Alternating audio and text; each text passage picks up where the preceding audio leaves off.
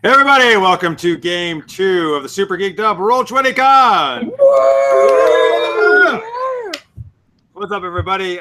Thank everybody who was just a little while ago, our Lady Blackbird steampunk game. We had a bunch of people in the chat. It was great. You guys are awesome. Thank you to Jennifer Kretschmer, who was a guest player. We had a lot of fun. This is Game 2, Mutants and Masterminds, a cool superhero RPG. We'll tell you a little bit more about that in a second. Again, this Roll20CON is going on all weekend long. Roll20 is the site we use to actually play our Monday Night Mayhem games. That's where we play Dungeons and Dragons and Lady Blackbird and other cool RPGs every Monday night at 8 p.m. Eastern. You can check those out. And but anyway, so it's a cool site where you can play all different kinds of RPGs. You're going to see our character pictures there in the middle. You're going to see the rolls, like the dice rolls happening on the right-hand side of your screen and the different like abilities and stuff we're using. I'm Jeff from Super Geeked Up. Thank you very much for watching. We're here all day long playing games, trying to raise money for the Cybersmile charity. They are a group that tries to help, that does help victims of cyberbullying. There is a donate link right on the homepage of our website, right where the stream is. Please donate if you can to them. I'll also put in the chat as we play along here. And we're going to give out a cool prize both days from Evil Hat Productions, who does the fake games, which we're playing later tonight and tomorrow. So we got some cool prizes we're going to give away as well. All right, so we'll do our characters here in a minute, but let me turn it over to Marks, who is our game master for this game. It's actually new for me and Nate, the players, but Marks has some experience with this, and he's going to tell you about the game. Yeah, so Mutants Masterminds is this is the 3rd edition of the superhero game. It's from Green Ronin. It's also an open gaming license game. If you guys know what that is, it was all started up by D20, so it's got some similar core mechanics as D&D. But one of the cool things here is there's a lot of customized powers, and it's a point-based game, so you can really build and customize your character any way you want. So now a disclaimer here, like I've GM'd 2nd edition before, and I've played 3rd edition before, but it's my first time GMing 3rd edition. So we may, not know all the rules 100% well, and if not, we'll just come up with some on the fly and move on. We're gonna make everything up. Just kidding. Make it all up. We'll just go for charity, barrel roll for charity. That worked well last game. Yeah. Yeah, actually, at least from talking to you, this seems like this is one of your favorite RPGs. It sounds like, right, Marks?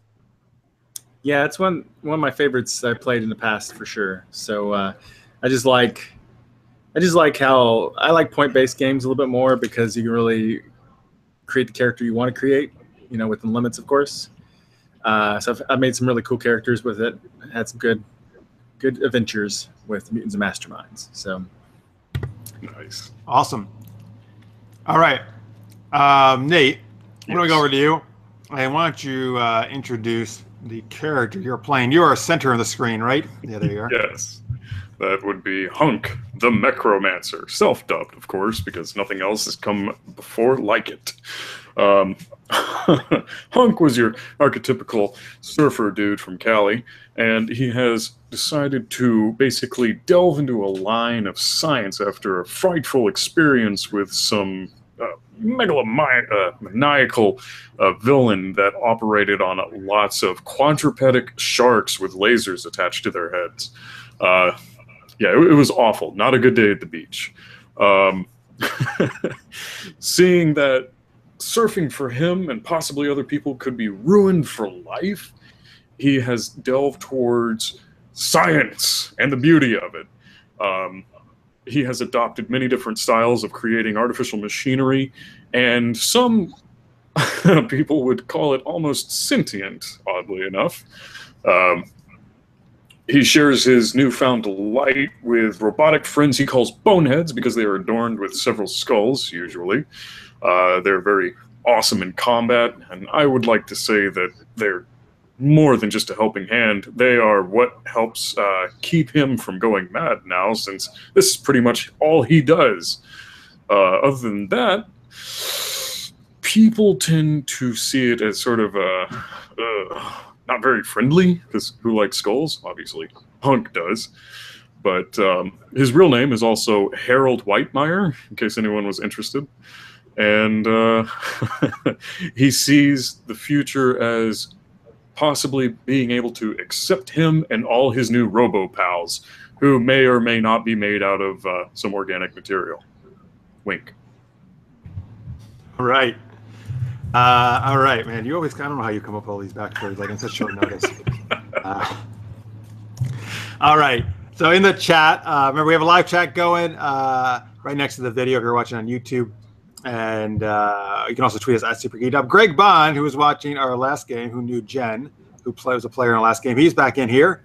He says, you can't get rid of me now. Well, that's good. We don't want to get rid of you because you're great. He also says, remember, if anyone asks, it was all Jen's fault. We'll definitely blame her for anything that goes bad this game. Yeah. I'm also going to, because Greg had a lot of actually awesome suggestions in the last game, and he's the first one here. So I'm giving him the first prize pack from Evil Hat Productions. So Greg, I messaged you. Just shoot me your email. I sent you my email in the chat, and then I will pass that on to Evil Hat Productions. They will get you $25 where you can buy any digital thing you want on their site. That's worth. Oh yeah, that's awesome. Thank you to Evil Hat.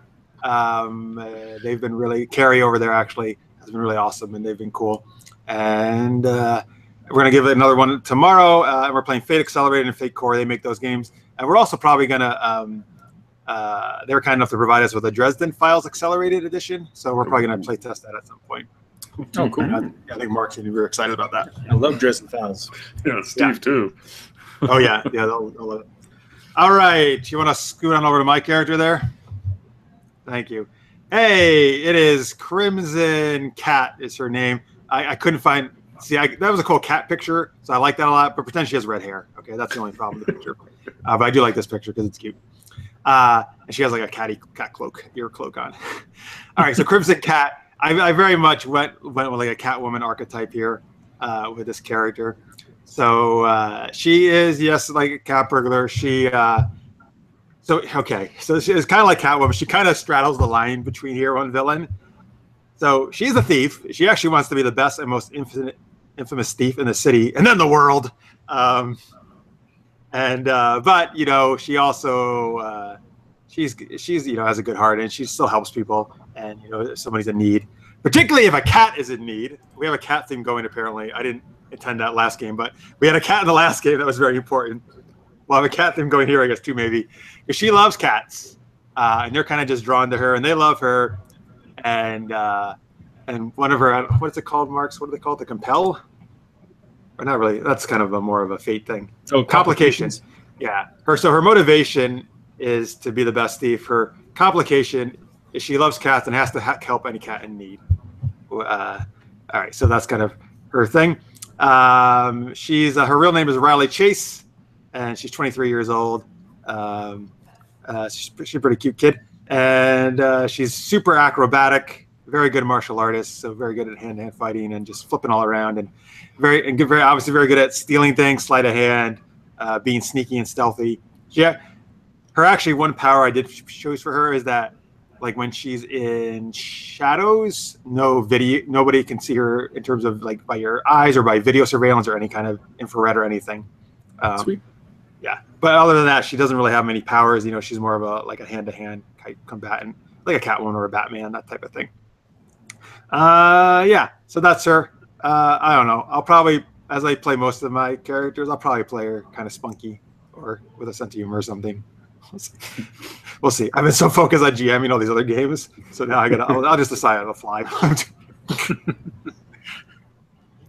Cool. That's pretty much her. So I don't know. That'll be an interesting mix with a good old hunk over here, I guess.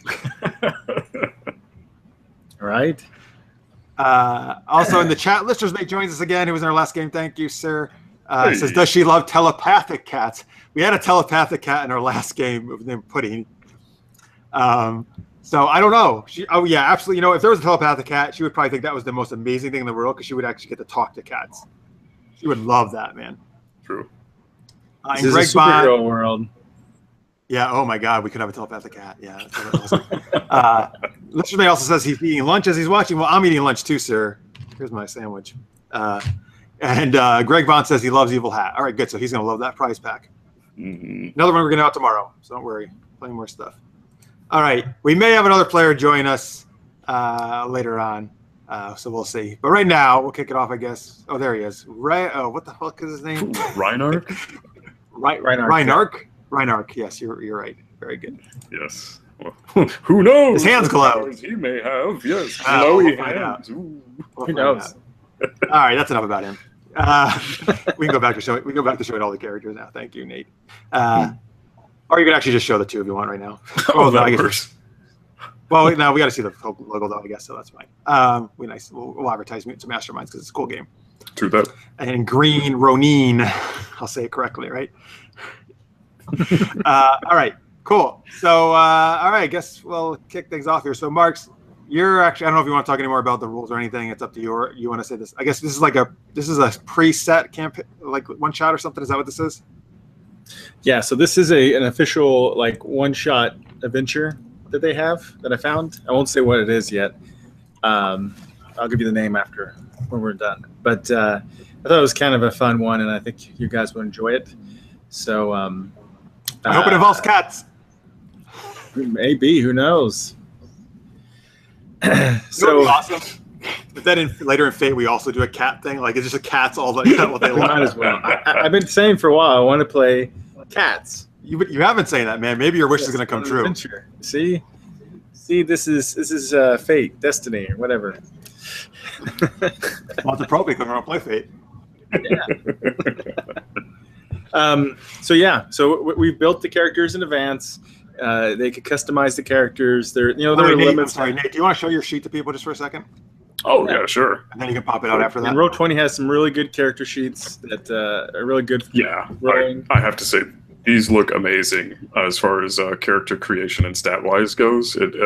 Like whoever made this sheet did a really good job, at least in my opinion. Roll20 rocks for this. Yeah. Like almost any game, you can find a character sheet, and it's actually just cool people in the community who make these. So thank you for them. They really rock. Yeah, especially since you can see the macro text down here. You know, you get a real idea of what's going on. Yeah. Yeah, so there's rather than 6 ability scores like in D&D, there's 8. So there's a couple extra ones.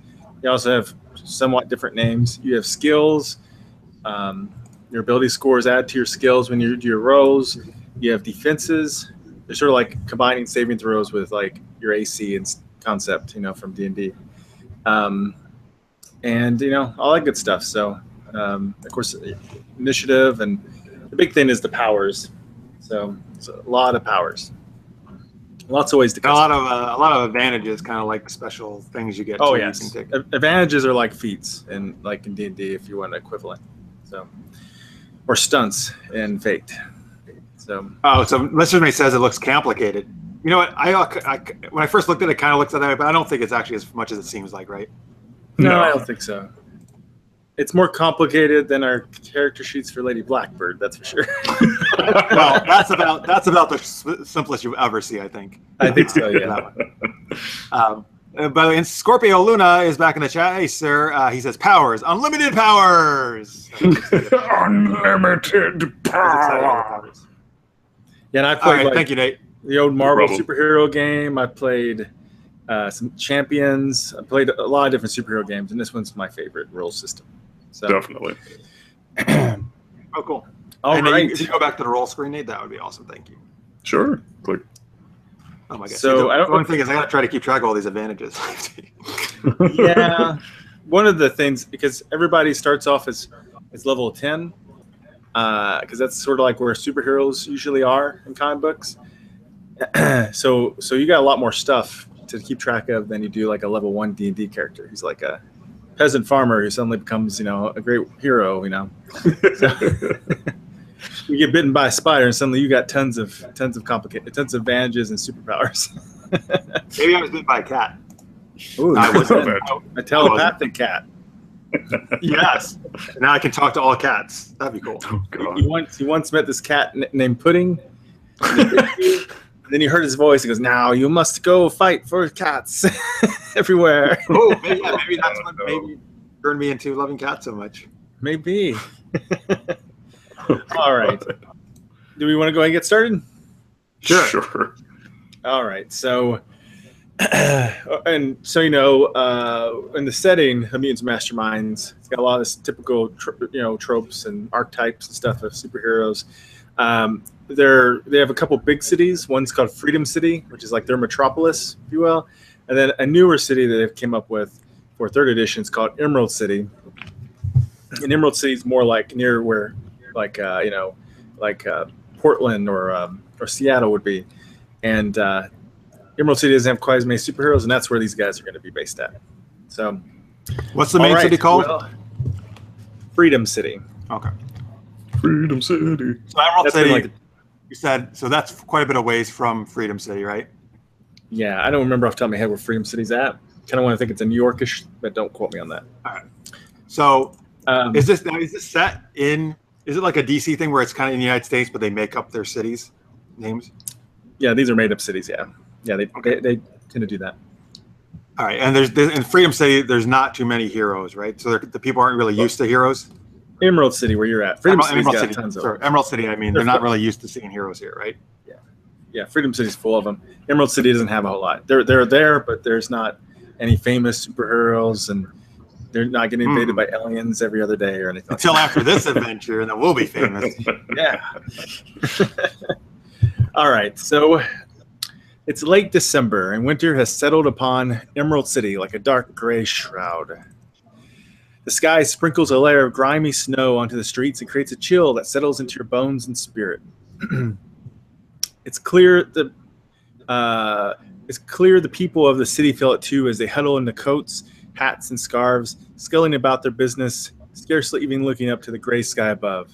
Night is coming, and there seems little to look forward to except another evening patrolling the streets for signs of trouble, like Hunk, or looking to cause trouble, like Crimson Cat, which has become increasingly common, but really, what else can you do? So we're going to say that Crimson Cat is, you're on the rooftops of these buildings in this, snow approaching night, and you're near, you're kind of casing a bank called Eastern Seaboard Bank. You're thinking about maybe breaking in there after they close and doing your usual stuff, because they have some well, obviously they have money, but there's some rare jewelry that's been put in there recently that you've been eyeing. And Hunk, you're patrolling the area near there, maybe a block or two away or so. I don't know. How are you patrolling? How do you patrol? Essentially, just strolling along the street, keeping his cybernetically augmented eyes out for anyone who may be being mugged or someone perpetrating a terrible crime. And he also has a little friendly robot he has lovingly dubbed Robot 13. Oh, yeah? It does no essential, function in combat, so to speak, but yes. Sorry to interrupt with my chat message to you. You can keep going. No worries. That's why I said it that way, so I was trying not to interrupt you. And just get it around a little bit so we can see our two characters a little better. Oh, is it reversed for you? I don't know. I'm on the edge, kind of. Crimson Cat's kind of on the edge. Move a little bit more to the right. Here. Oh, not that much. It's okay. Now we get to showcase fully, what's all right, going on. good enough. All right. Thank you. Yes. Other than that, he is strapped with his, what he calls the third arm, that he high fives quite often after, completing a successful, jaunt through the city. Let's see. Now, I want to say he has his bots nearby, probably scanning down an alleyway, but trying to keep out of the general sight of the public unless performing a good deed, because people feel really uncomfortable around these bots for some reason. Because they look like skulls? Well, they're adorned with skulls, yes. But they do appear very grim in appearance. All right. By the way, on Twitter, Greg Bond, who's watching us in the chat, he said, "Thanks for introducing me to Lady Blackbird. I shall be running this in the office soon, I am sure." Hey, look at that. We got somebody interested in playing the game. Great. Oh, yeah. It is a really cool game, and it's a great intro game, too, because it's so simple to play.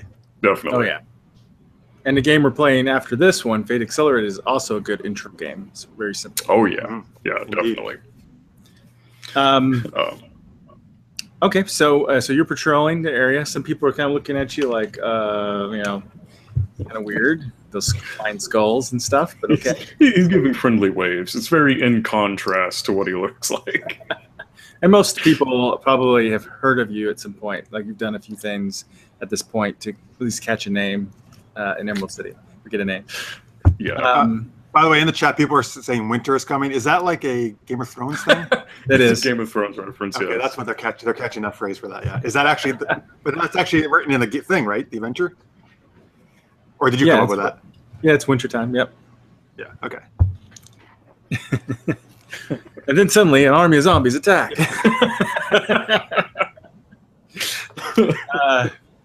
All right. So you're patrolling Crimson Cats. Why don't you explain a little more about what you're doing on the rooftops and stuff? So I'm on the rooftop of this Eastern Seaboard Bank, right? You said? You could be there or near one of the other buildings. Okay. All right. So I'm on a nearby building, and I'm kind of scoping out the joint. So what do is it nighttime? Is it closed? No, it's still open, but it is getting late. It should be closing very soon now. Okay. So I am. I'm gonna kind of. I definitely want to wait till they close, obviously, before I break in. Okay. Well, you're watching. I'm kind of just watching. Kind of seeing if I can pick up any things about security or anything. You're watching, and you see people come in and out, and you see a person. A woman walking in who's got this large puffy cat in her arms. You think it looks cute? And she walks inside. You take note of that, and then you hear a gunshot from inside go off. Uh-oh. All right, so both of you hear the gunshot. This is point a little bit more to you, Hunk. Sure enough, you haven't long to wait for trouble to arise as you patrol. Mm-hmm. You hear a gunshot and an alarm sounds from the Eastern Seaboard Bank. It's at the corner of Nelson and Bridwell downtown, and there's trouble afoot, and you're nearby. So you do start to hear some police sirens going off. Okay, so he'll basically radio over to his bots. All right, looks like we got ourselves a show. Let's grow. I'm also going to spring into action because I think there might be a cat in danger. Forget the people. There's a cat in there. It's a very cute cat, you said, so, Yeah.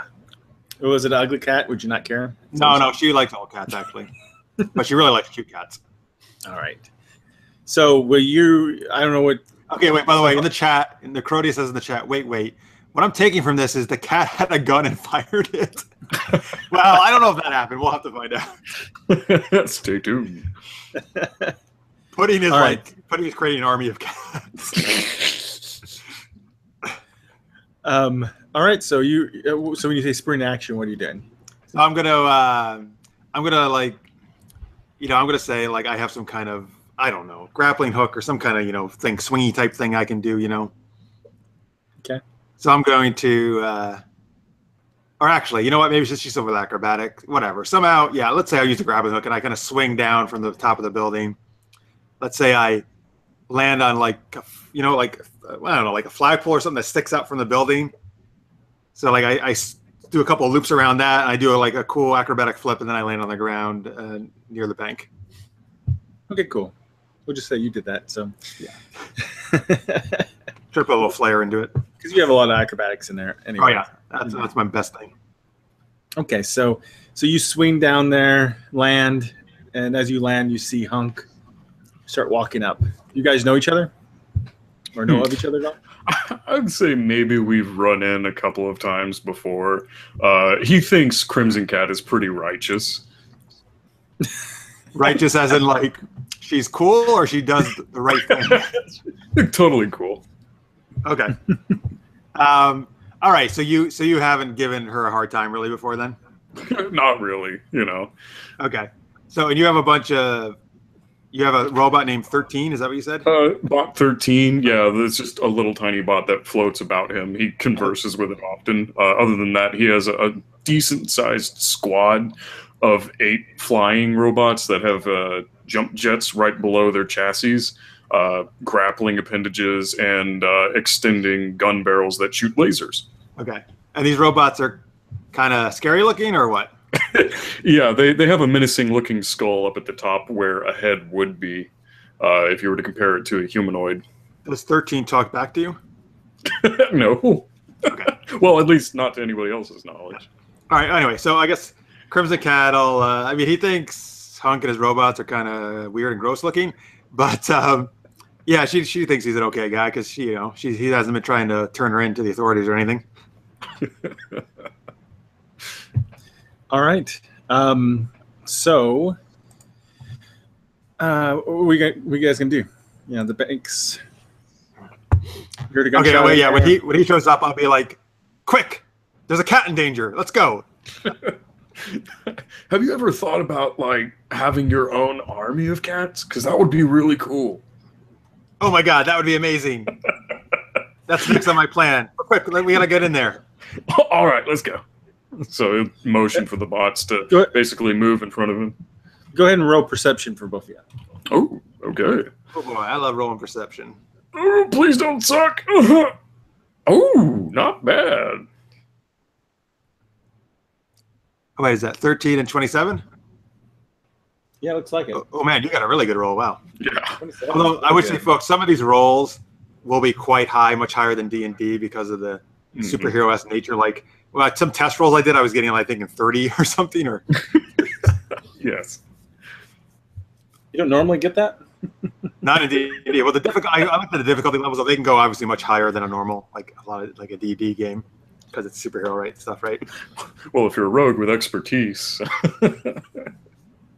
All right, Hunk. You notice that out of the vehicles, near the bank and stuff, that there is one that's just kind of running, and someone's inside. It seems a little suspicious.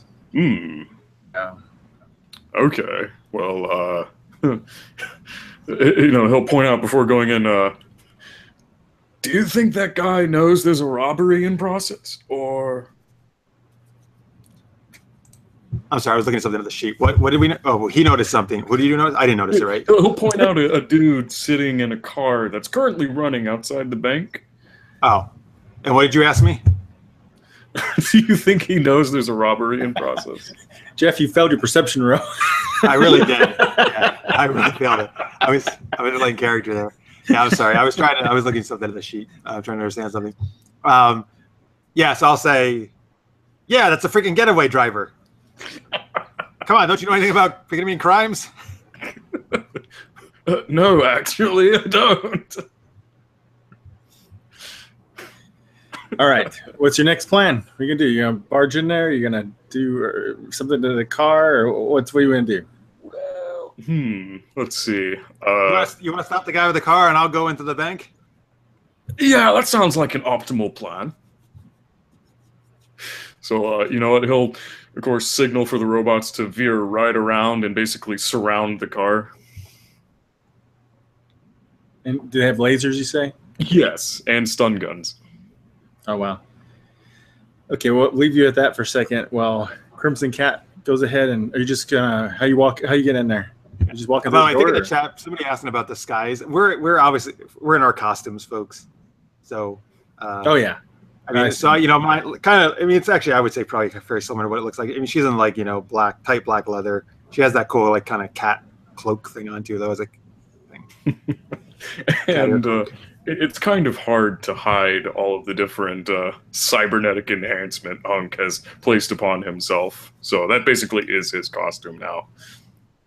And I did take the attractive advantage. So she's a good looking lady. Oh, cool. All right. So how are you gonna do this, Jeff? Iceman Oz, by the way, just joined us. Says, love the stream, bro. Hey, thanks for watching. By the way, folks, again, we're doing this for charity. Cybersmile is part of Roll20CON. There's a link right on the homepage of our site, and I'll put it in the chat. Anything you donate would be great. Okay, so I enter the bank, right? You just going to enter front door, or? Oh, well, can I see anything before I enter? Like through is there glass doors or something? Yeah. You can try that. What do I see? You're going to try to peek in there? Yeah. Roll perception. Oh boy. Well, hopefully it'll be a lot better than last time. I believe in you. Oh, thank you. I appreciate that. Oh, come on, go over to stats. There we go. And perception. Nice. Oh, that's much better. 28, Much what, better. 6? 26, yeah. All right, so you see 6 men inside with ski masks. They have pistols, and 2 of them are holding guns, like at the bank tellers. You know, demanding like money. They're like holding up bags and stuff, getting the try to put money in there.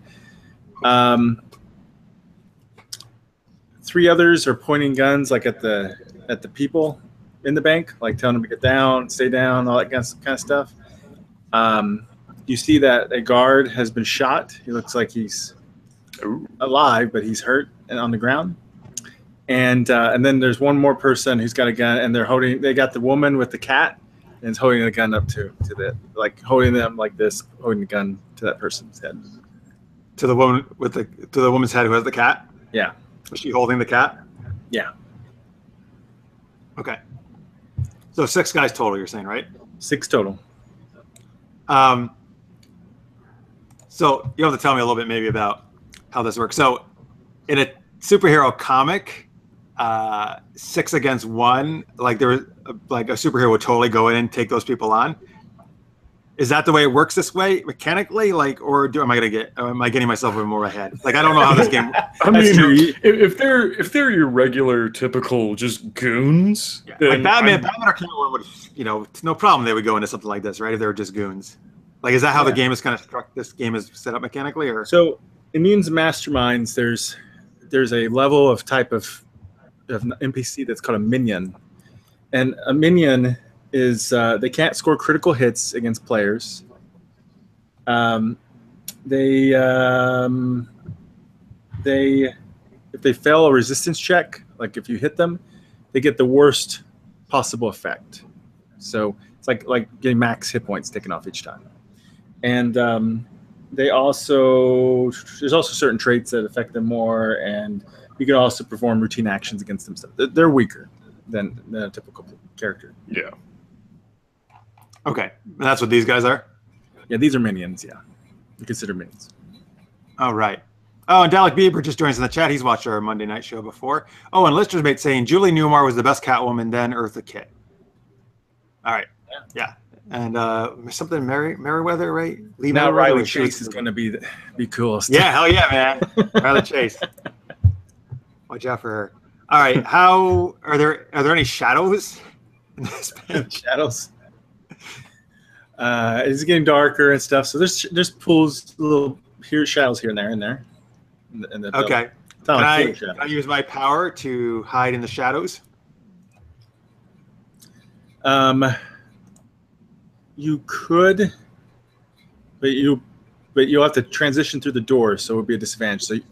So I guess what I would suggest to you is, if you're going to do that, enter in some other less direct way. Okay. So that way they don't notice you. Okay. So what do I see? Like, are there windows, or are there side doors or anything? Are there anything else I can get to? There's windows. Okay. I want to go in, like, the nearest window where if I peek in and I see, like, nobody's kind of looking right that way or something. Okay, like on the ground floor, or are you climbing?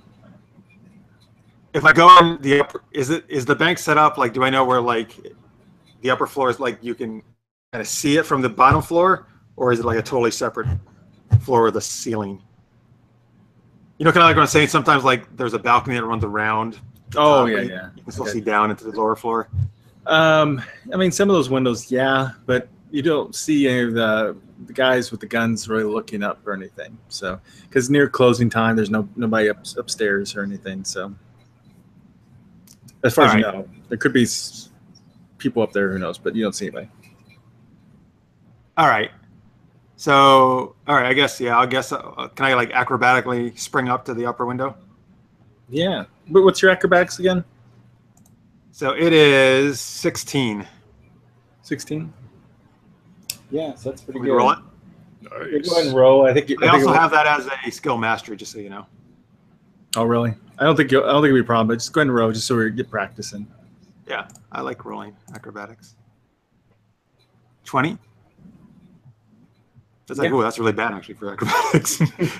Yeah, could be a little better, but it's good enough to get up there. So you get up there, no problem. Okay, cool. So yeah, I leap up there to the window, and I want to obviously open it and slip inside.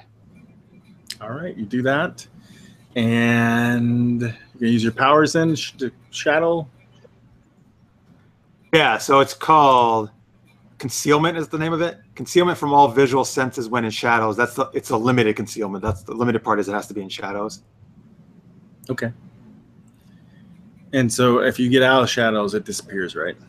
Yeah, but I mean, I did choose the all visual, so I think that includes like any kind of cameras, infrared, like pretty much anything, including visual sight too. Nice. Cool. So roll perception. All right. Boom. Boom. Not bad. Okay, you get 23. Get in the shadows and you hear that somebody's walking up near you. See a seventh man with a gun. It looks like he's like looking around the area and stuff. And he's walking. Is not noticing you or anything, but is walking by you. All right. As soon as he goes by, like when he's turned away from me, I want to, I want to attack him with the thing about knocking him unconscious. Okay, so you're gonna attack him? Yeah. All right. So go ahead and row. You need to row. You need to beat it. So I roll my close combat unarmed, right? Is that what I roll? Yep. All right. Nice. All right, here we go. You're surprising him, so he doesn't get any bonuses to it. 19. So Again, 19. That's not very good from what I had in that stat, but okay. But it's good enough because he's totally taken by surprise by your attack. So he only had like a 10 base to defend against that. So you totally nail him and knock him. So I kind of like give him a nice chop in the back of the neck or something. Yep. You just pop out of the shadows and pop, and he just goes down to the ground. He's out. Quick and silent. Let's go back to Hunk real quick. So he's basically silently told all the robots to basically fire their weapons at the tires of the car if the engine gets revved. And then he'll, obviously step in front of the vehicle with his robo buddies and announce using his voice modulated, so it's sort of electronic and distorted. All right, brah. I'm going to need you to turn off the engine and remove yourself from the automobile. Okay. So when he sees the skulls, he does start to rev up the engine and they blow out the tires, right? Like you want to?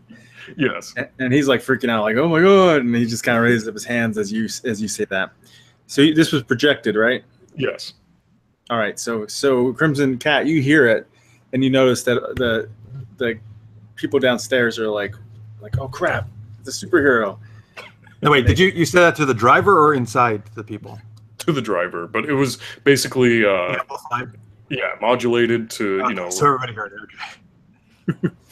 So a couple of them like peel away to look out the window and it goes, crap, there's a superhero out there. Don't really recognize him, but he looks like bad news. You gotta get out of here. And one of the people up the counter is like, give us the money now. You have 5 seconds. And he starts going 5, 4, and starts counting down. Ooh. And can I see these guys from where I am? Yeah, you can kind of see them like from above. You can kind of see over and see them. Yes. Okay. So the one guy is counting down. He's by like one of the tellers and has a gun. Yeah. Okay. Is the teller a man or a woman? It's a woman. Okay. I want to like try to swing down and snatch this guy and like take him over the counter with me. I know I'm making like, oh, what roll is that? I'm gonna say, well, I would offer perhaps it's a combination of an unarmed and acrobatics, maybe, but it's. I think the only thing that would, do you have the advantage, like move by it? I do. Attack? I took that advantage. Okay, so then you can do that. So that allows you to move, attack, and move, and it would be acrobatics and also grappling. See, I was smart. I knew I was gonna. I figured I was gonna want to do that. Nice. In the chat, Lister's mate says, "Do you want to call the? You need to call the Flash." No, we don't, because we're heroes enough. Please, he ruins enough timelines. That's right. He's just gonna do Flashpoint and mess up. Now, like dogs instead of cats, and I'll be really upset. So we'll say acrobatics is a 15, or did you already roll? I didn't roll yet. Okay, so let's say you got DC 15 for that. So just roll acrobatics. Do I roll unarmed as well, or just acrobatics? Just for the swing part, and then we'll roll a close combat type thing. 24 for acrobatics. All right, so that's a breeze, and so now you do your close combat. And I'll roll 34. See if you even... Oh yeah, 34. Nice. Wow. All right, yeah. So wait, that's so good. Can I say, like, as I'm doing this, I'm also kind of like, I don't know, give him some kind of nice toss, or, you know, I'm trying to like actually do some damage to as I'm doing this to knock him out.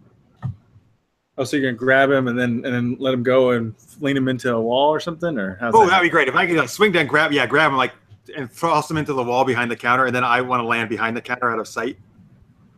Okay. Yep, we'll say that happens. And he goes flying and smacks him against the wall and knocks him out cold. And the other 5 are like, what? They're like swinging their guns out. Like, what's happening? Did they see me? Or no? I mean, as a blur, and then you disappeared. Okay. So strikes again. Well, actually, they probably, well, I guess what makes sense is that they would, like 3 of them, of the 5, start just shooting blindly at that area.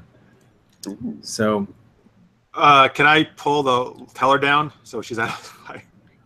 So she doesn't get hit? Oh, well, you swung and knocked him behind the counter thing. Is that what you did then? Yeah, I kind of wanted to like take him and throw him behind the counter into the wall there, and then I wanted to land behind the counter so I was like had a barrier between me.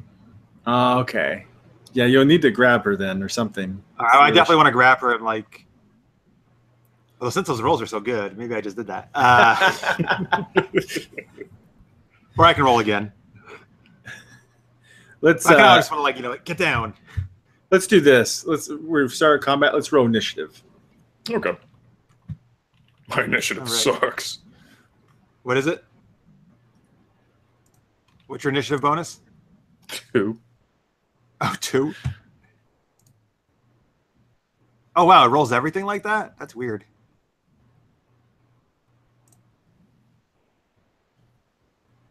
So I guess I got a 20. Oh, okay. Neat. Yeah, the 20 was the initiative roll.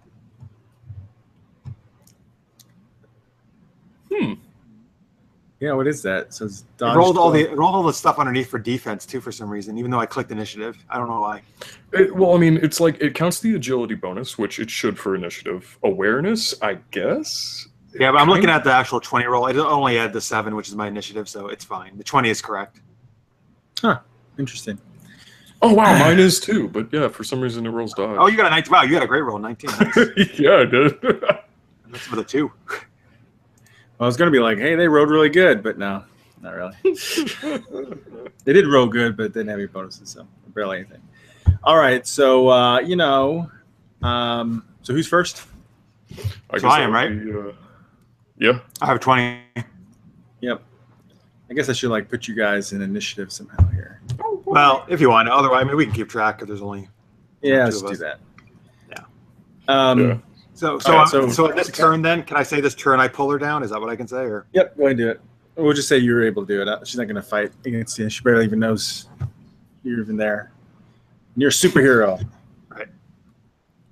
All right. So yeah, I pull her down, and I'll tell her like, stay down, and be nice to cats. All right, Hunk's turn. What you gonna do now that you got this guy to give up? Did the shots already go off inside, or is that just later on? It's gonna be the very next thing that happens. Okay. So basically, he'll have the dude pull up to the, or well, walk up to the side of the building, robots obviously circling him. Just say, all right, I'm going to need you to tell me exactly what's going on. He's like, we're robbing a bank. This guy's very forthcoming. Nice. Right? or I mean, they're robbing a bank. I may or may not be involved. Okay. So you know what? Thinking it over, how many of there are you?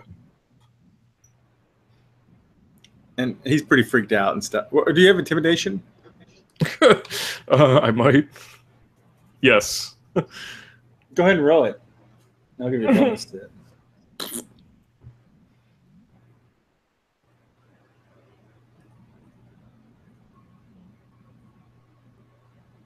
Did it go All for right. it? Oh, okay. You got 10, right? Yeah. That's okay. He's not as terrified as he would be, but he's still pretty intimidated because of what you've already done. He's like, yeah, there's 7 of them in there. So I've heard. So he'll just look at 2 of his bots and say, okay, so if he tries to run, you taser his ass, okay? And have the rest of the bots move in with him towards the center of the bank. Oh, so you're going to open the doors and let him fly in, or how's that working? Yes, basically the robots are just going to bust straight in through the front door, and he'll be walking up behind them. Do they smash in through the windows? Or the door? Well, are the doors made of glass? Yeah. Okay, and are there windows on the side? Yeah, there's windows on the side, yeah. Okay, then yes, the bots are going to bust through, smashing both the doors and the windows, because who doesn't like a dramatic entrance? Alrighty. So you guys do that. So 3 of those people with the guns, as they react to you, Crimson Cat, start firing off. They have an extreme disadvantage of hitting you because of concealment, but there is a slight chance you might catch something. So go ahead and row dodge. Or no, you don't row dodge. That's right. They row, and here's a base against your dodge. What is your dodge? 13.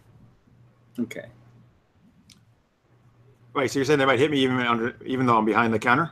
Well, they get a concealment. You get a concealment bonus, or they get concealment disadvantage, like in D&D.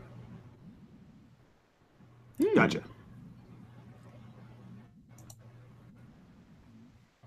So in the chat, Sorry, I got to take 1 second. Listener says the driver doesn't know how many people he's helping. I guess not. He sounds pretty dumb. Greg in the chat says frying pan would take down the glass doors. Yeah, they good old frying pan. Yeah, none of those bullets coming anywhere close to coming through the counter to hit you, so you're all good. One of the other people, what's the dodge on your robots? Well, they let's see. I don't think. Yeah, their dodge is basically non-existent. They have 2. Okay, still 2.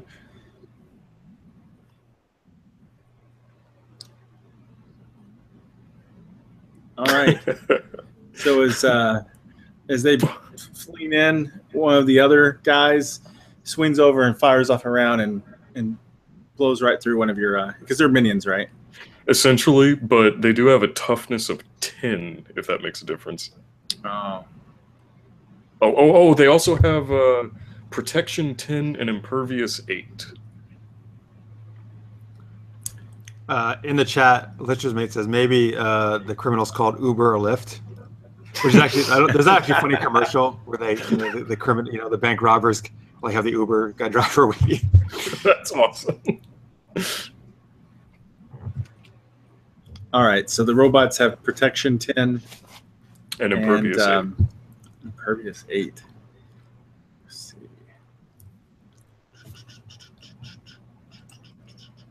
Okay, yeah, so he hits one of them, but it bounces off.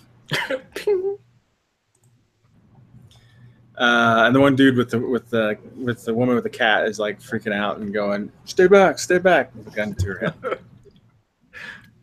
Okay. So restart. Crimson Cat.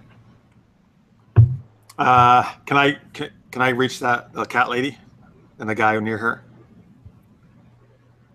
No, not directly. No. I mean, can I They're move? I don't know what the move rules are in this game. Can I move over there to attack him? Yeah, it's similar to D&D. So you like normal movement's 30 feet, unless you have something that enhances your movement. And you could double move if you didn't want to do a standard action, which would double up that 30. Okay, is the cat lady within 30 feet? Yeah. Okay, and there's one guy with a gun near her, right? At her. Yep. Okay. Yeah. So I want to kind of like I'm gonna kind of like handspring off the the counter I dove over, and do some kind of do some nice acrobatic moves over to that, and do a nice kind of like a jumping kick, like I don't know, crescent kick or something to this guy's face. Okay, go ahead and roll. All right. Here we go. Ooh, 27. nice. 27? Yeah. All No, right. do you need to know my ranks or something for damage, did you say? Or does it? Yeah. I'm not as worried about it for these guys because as long as you get over a certain amount, I know what mathematically is possible. But let's roll toughness real quick for him, just in case. I believe. And what does toughness do? It like kind of helps you mitigate an attack against you? Yeah, so what happens is, so when somebody attacks someone, to hit them, they have to beat their defense. So, for example, if doing a close-up attack, like a close range attack, like when your foot meets their face, they would defend with parry. And so their parry is whatever their parry is plus 10. It's sort of like armor class, right? So you have to get above that to hit them. Once you hit them, they can roll toughness against your damage plus 15 to see if it really hurts them or not, and if it does, how bad it hurts them. So, because it's possible if you have like really high toughness, you could like get hit by somebody really weak, and it doesn't really barely phase you. So, so let's see what happens. So, what's your damage rank? So in other words, how many ranks do I have in unarmed? Is that what that means? No, it's so unless you have a weapon or something, it is their strength bonus or strength rank. It's my strength stat. Yeah, if it's unarmed and you don't have something to enhance it. Oh yes. Crap! Because you had told me it was the number of ranks in it, so shit. Oh well, I only got 2 in strength. I didn't realize I didn't know that was a stat that affected that. Oh well. That's okay. I have a 0 in strength. Don't feel bad. That's only if you do unarmed. It's like D&D. Whenever you like punch someone, it's like that, like 1d4 plus your strength modifier. Mm-hmm. So, but these ranks are your modifiers. So, but anyway, so he got a 15, right? He had to roll against your damage plus 15. Ooh. So that's 17. So you beat him by 1 degree because degrees are every 5 points. And that means he would take a -1 off like circumstance modifier against everything he does because he's getting weak. He's getting harder to do stuff for him. But in this case, because he's a minion, it's not really relevant because you do whatever you want up to incapacitate, and that's what you did. You knocked him out. Okay. No. Awesome. Nice. So what's also cool is I have an advantage called Takedown. Okay. It says free extra attack when you incapacitate a minion. Oh, you get a free extra attack when you take down one person? Take down a minion. Yeah, which is this guy is, right? Okay. Yeah, see, some advantages work better with minions. All right, so you get extra attack. All right, Nice. so whatever there's another guy kind of close to him, I'm assuming, or Yeah, the one that took a shot that didn't really hurt the drones. Okay. He's right by him. All right. So now I make another attack roll, right? Yes. All right. Here we go. 24. 24. Okay. You hit, and I shall roll to see if he takes damage or not. Ooh, so that's a good roll. That was a really good roll. That was a critical roll. Wow, So, critical, yeah. So How does this work? It's based off of my 24. Is that what it's compared to? No. So that's like your ability to hit. Yeah. So unarmed attack was against his parry. His parry, in this case, is a 2. So it's 2 plus 10, so that means a 12. So you had to get a 12 or higher. You had to get higher than 12 to hit him. And you blew that away. So you hit him really good. But then we have to see how much damage that hit did. Mm-hmm. And that's where he rolled toughness, which he rolled a 20, which is super high, plus his modifier. And he, unfortunately, was much higher than 17, right? You have 2 points strength? Yeah. So why is the 17 coming from? It's always a 15? Yes. So toughness is, you roll toughness against their damage rank plus 15. Okay.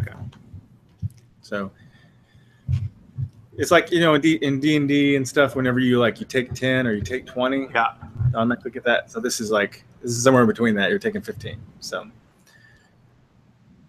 that makes sense. Yeah. So you hit him, but it just happens to be that hit was just kind of a glancing hit and didn't do any significant damage, at least from a gaming purpose. Okay. All right. So I took the one guy out, and then I hit the other guy, but he didn't really seem too phased by it. No. So, all right. So who's next? Is the Hunk? Yes. Currently, how many conscious robbers are still left in the bank? So there's the 3 that took shots at the counter, and then there's the one that Crimson Cat just hit. Right, because I've taken out 3 of them, right? So there's 4 left. Yeah. Since I brought in 6 of my bots, and the other 2 are guarding the getaway driver outside, would I be able to divide it up like 2 per 1 robber? I think so. I think they can operate. They get 1 action each, right? Yeah. Yep. Go ahead.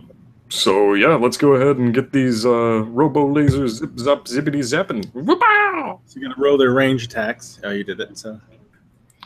Ooh, 15. Does that work? So what you're trying to do is you gotta beat their dodge, which is 12. Okay. So that hit. Excellent. And apparently it's damage rank 4. I guess so. Is that what it says? Yes. All right. So that means they got to roll 4. It's 4 plus 15, right? So they got to roll over 19, or they got to roll 19. Okay. I believe. Oh, it was close. He's rolling high. Yeah, no kidding. What did you shoot at him? Basically, just little lasers that are jutting out of the chassis, zap from the robot and land directly on him. So you shoot right through him, and he falls down unconscious from shock. Awesome. All right, next one. All right, very nice. By the way, in the chat, the puns are returning apparently. Necroti says, so you're going to yell, we're going to stop you, right? Meow. Are you kidding me? Oh, boy. All right. So that barely hit. And oh yeah, I got to roll. And you take him out. Boom. You got one more. Pew. Ooh, yeah. Wow, you got 20. You definitely got him. And took him out. Yep. What, are these all your robots attacking? Yes. Oh boy, you got attacked with all of them? Jeez. It's pretty great. I like my boneheads. That's what he calls them, by the way. Nice. It's good. Appropriate. All right, so you took out those 3 there. There's still the 1 left. You know what, Kat? I think you've got him. I'm going to go check on the driver. Okay. So yeah, he'll have his remaining robots just kind of enter a guard stance to where if anyone takes an aggressive action towards the people inside that are obviously not the robbers, then they'll fire back. He's going to go look at the situation outside. How many did you just take out? 3. Oh, so there's only one left inside. Yeah, the one you were currently duking it with. All right, nice. He's tied with you now, Crimson Cat. Mm-hmm. So the last guy just kind of looks around and just like, screw this, and he starts running. Tries to jump through one of the windows, trying to run away. What are you going to do, Crimson Cat? I want to try to stop him. All right. How so? Are you going to like chase after him, or what you doing? I realized I didn't. In order to like throw something as an attack, I would have had to put a rank into that. I mean, yeah, but you can do it. You just would have a low chance of hitting, or lower chance. But what does it still work off of my fighting stat? It's a range attack, so it's based off of what is it, dexterity, I believe.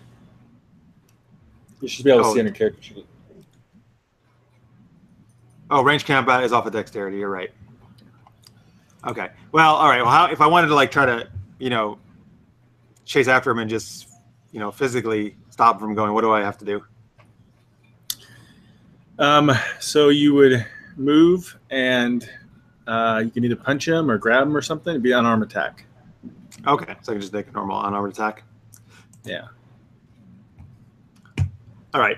Yeah, I'm going to try to actually, if this success, kind of try to slide in and like do a sweeping kick to take his feet out from under him. Okay. Oh, critical! Nice. I'm out of 36. Yikes! Now the way this that's actually, game, I actually crit a 19 too, but that's actually a real 20 crit. Yeah. So in this game, you get these threats and stuff, which I think yours is 19-20 range, right? Mm-hmm. Then you have to roll again to confirm. So just go ahead and roll again. Oh, is this one of those games you got to confirm your crit? Really? Yeah, we can rules it and say we don't. Do you want to just do that? Because I feel like that's kind of weird. I kind of vote for that. Roll with like super crits. Yeah, let's do that. Those the old days when games used to do that all the time. Yeah. All right, you chase after him and skillfully slide your foot, a little spin or whatever, and you kick his feet out underneath him, and he lands to the ground, stunned and out of it, like his gun goes flying. And you hear police sirens approaching. All right. Well, as I take him out, I hop back up and say, "You've been declawed." Oh, who didn't like the puns? Hey, wait. Yeah, I do like one a day. Like one a day. Whenever I do one, Marks is like, "Oh, it's terrible, Jeff," and then Marks is like 100. All right. Hey, it's appropriate for superheroes to be doing stuff like that for puns. It is. It is appropriate. Anyway, I also want to run over and check on the cat and see if it's okay. Oh, you run over there, and the woman's still got the cat, and the cat seems pretty happy. It starts purring as you pet it. I'm gonna also give it. I always carry catnip with me, so I'll give it some catnip. Oh, it really starts purring quite a bit. Nice. And you see on the little chain or whatever, it says pudding. All right, I'll say, "Oh, pudding! What a cute name for an adorable cat." All righty. And she's like, "Thank you for helping me." And then I'm gonna try to steal some jewelry from her. Are you really? Yeah. All right, you have to roll like sleight of hand or something. Yeah. Oh, absolutely, sleight of hand. Oh, a critical fail. Fall after a critical hit. Did you really? However, that's still not too horrible because I got such high stats in it. But yeah. Yeah, I think it's still good enough. You just barely did it though. No, I'm sorry. No, if you rolled a 1, then it's always a fail. It's always a fail? Yeah. Damn it. Oh, well. Oh, man, what a time to roll a 1. So you're like oh, he's such a nice kitty, and you give the the catnip, and it's purring. You see the necklace and stuff, and so it's cute cat, and she's like, thank you, and you slip your hand and try to grab out of her purse something, her wallet or whatever, and then the wallet just slips right out of your hands and just thumps to the ground, and she just kind of looks down at the wallet, and you're just like, awkward. So I just say, I wanted to make sure those crooks hadn't taken it from you. There you go. I'm glad it's safe. Okay, see you later. And then I run off. That's great. All right. So you exit out the window. What are you doing, Hunk? How's the driver? Oh, he's still up against the wall like this with your skulls. So I can obviously hear the police sirens coming, right? Yep. All right. Well, he's gonna just put a hand on the driver's shoulder and say, "All right, brah, this is gonna be like your only chance with me, seeing as how I kind of wrecked the tires on your car. I'll let you go for now. Just don't ever let me see you doing the same kind of crap again." He's like, thank you. And he just starts running for it. Oh, I don't know. What a nice hero. Batman would never do that. I don't know if I told you this or not. Oh, no, I didn't. I forgot to tell you that. It is December 24th, by the way. Oh, one day before Christmas. Oh, okay. Wow. All right. Wow. Yeah, no, that puts him in a much better mood. So it makes sense. It's the gift that keeps on. In that case, then, as Cribs the cat ran out, she'll also yell out, "Merry Christmas, everyone!" Everyone. Okay, so as soon as well, here's the thing. Your character is like doesn't know what Christmas is. My character? Yeah, your characters have never heard of Christmas before. Both our characters or just me? Both characters. Oh. All right, I do not yell Merry Christmas then. Happy holidays. I don't. Well, so we don't even know. Do we know there's a holiday going on? Is there? There's no evidence of it or anything. Okay, well, never mind. So you're saying places are not decorated for Christmas? It's. I can't reveal them. I'm trying to think of the best way to word this. Christmas. What's that? Your characters have no recollection of any such holiday or time of the year. Nothing that breaks up the bleakness of the long, dark winter months. Yeah, there's no festivities going on. Nobody's like urging, to buy more Christmas trees. So, all right. He was just doing a kindness out of the bottom of his heart. All right. Very nice. Okay. Oh, and Nate, can you just zoom out a little bit so we can see the full Mutants Masterminds? Oh yeah, sure. Thank you. Get some. There we go. Awesome. Perfect. Sweet. All right. And in the chat, by the way, folks, I just put the link again to donate to Cybersmile. It's a charity. We're doing Roll20CON gaming all day long for them. They help victims of cyberbullying. Anything you can donate would be great. It's also on the homepage, supergeekedup.com. Thank you for watching. Awesome. Do you guys meet up, or are you waiting for the cops, Hunk, or what's I land on Hunk's shoulders when I jump out the window. Well, thank God for robot implants, because that would have hurt. Hey, I'm fat? No, quite it's light, not actually. Cat's fault. He's just a small guy. Oh, okay. He only reaches 5'6", and his regular weight would be about 148 pounds. Oh, yeah. Yeah, you think when somebody says Hunk, you're thinking like the Hulk or something. It's not. No, exact opposite. So, Bot 13 just sort of like slowly circles around Cat, wondering what she's supposed to be doing.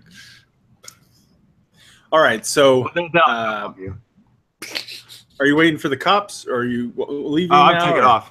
Well, Hunk will wait for the cops. Well, I figure you are. Yeah. You're going to wait for the cops? Yeah. All right, cops arrive. I'll tell him to meet me at the Emerald Diner for I don't know, a late night snack. Oh, that sounds pretty good. I am fairly famished. It sounds like sexual innuendos to me, but okay. It wasn't supposed to be at all, you sicko. All right.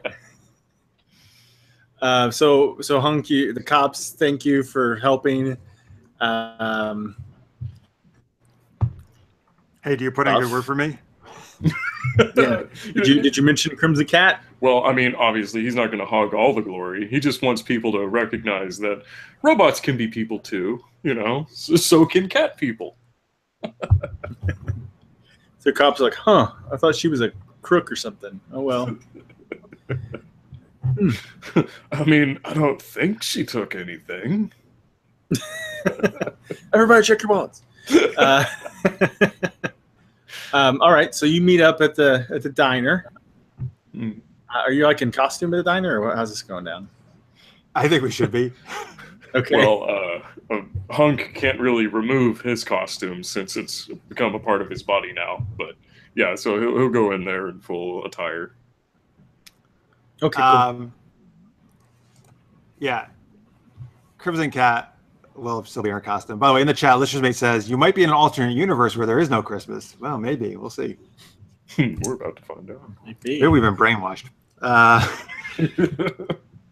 Okay, so we'll say this diner is not unknown for superheroes sometimes popping in. So that's why. Oh yeah, can I say I know like the dude who's usually there behind the counter late at night? Sure. Yeah. We would call him Mel. Mel. No. I know it's a very typical name for a guy, but so Mel's like, "Hey, Cat." I was like, "What's up? Hey, I just saved the day." Yeah, I saw something on the news just a moment ago. Good job.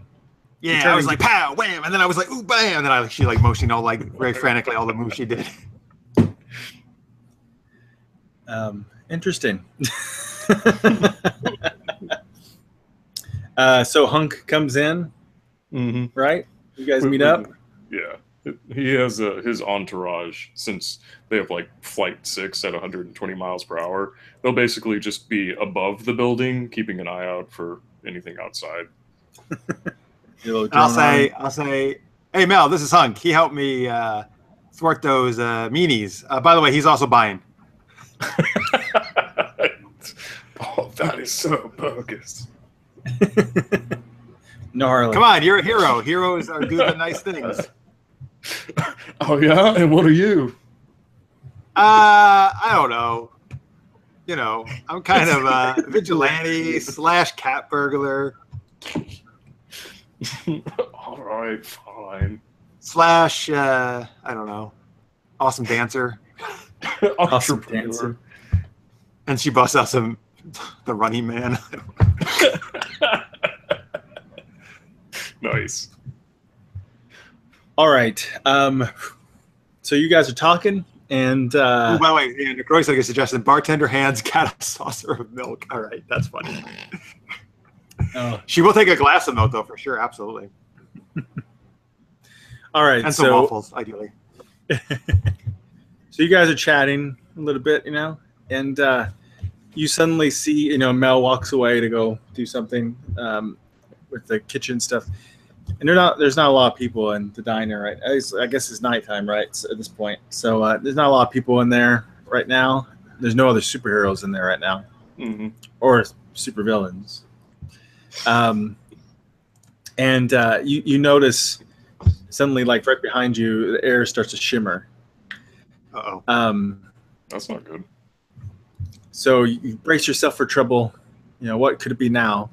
The shimmer takes the form of a man in a long flowing cloak of dark blue, clasped at the throat with a circular silver amulet with a triangle inscribed inside. You both recognize him immediately. He's the superhero known as Eldritch, the Master Mage, kind of like a Doctor Strange. Oh wow! That guy. Okay. Is he from Freedom City? Yeah. His image remains translucent as he spreads his cloak and holds out a hand towards you. My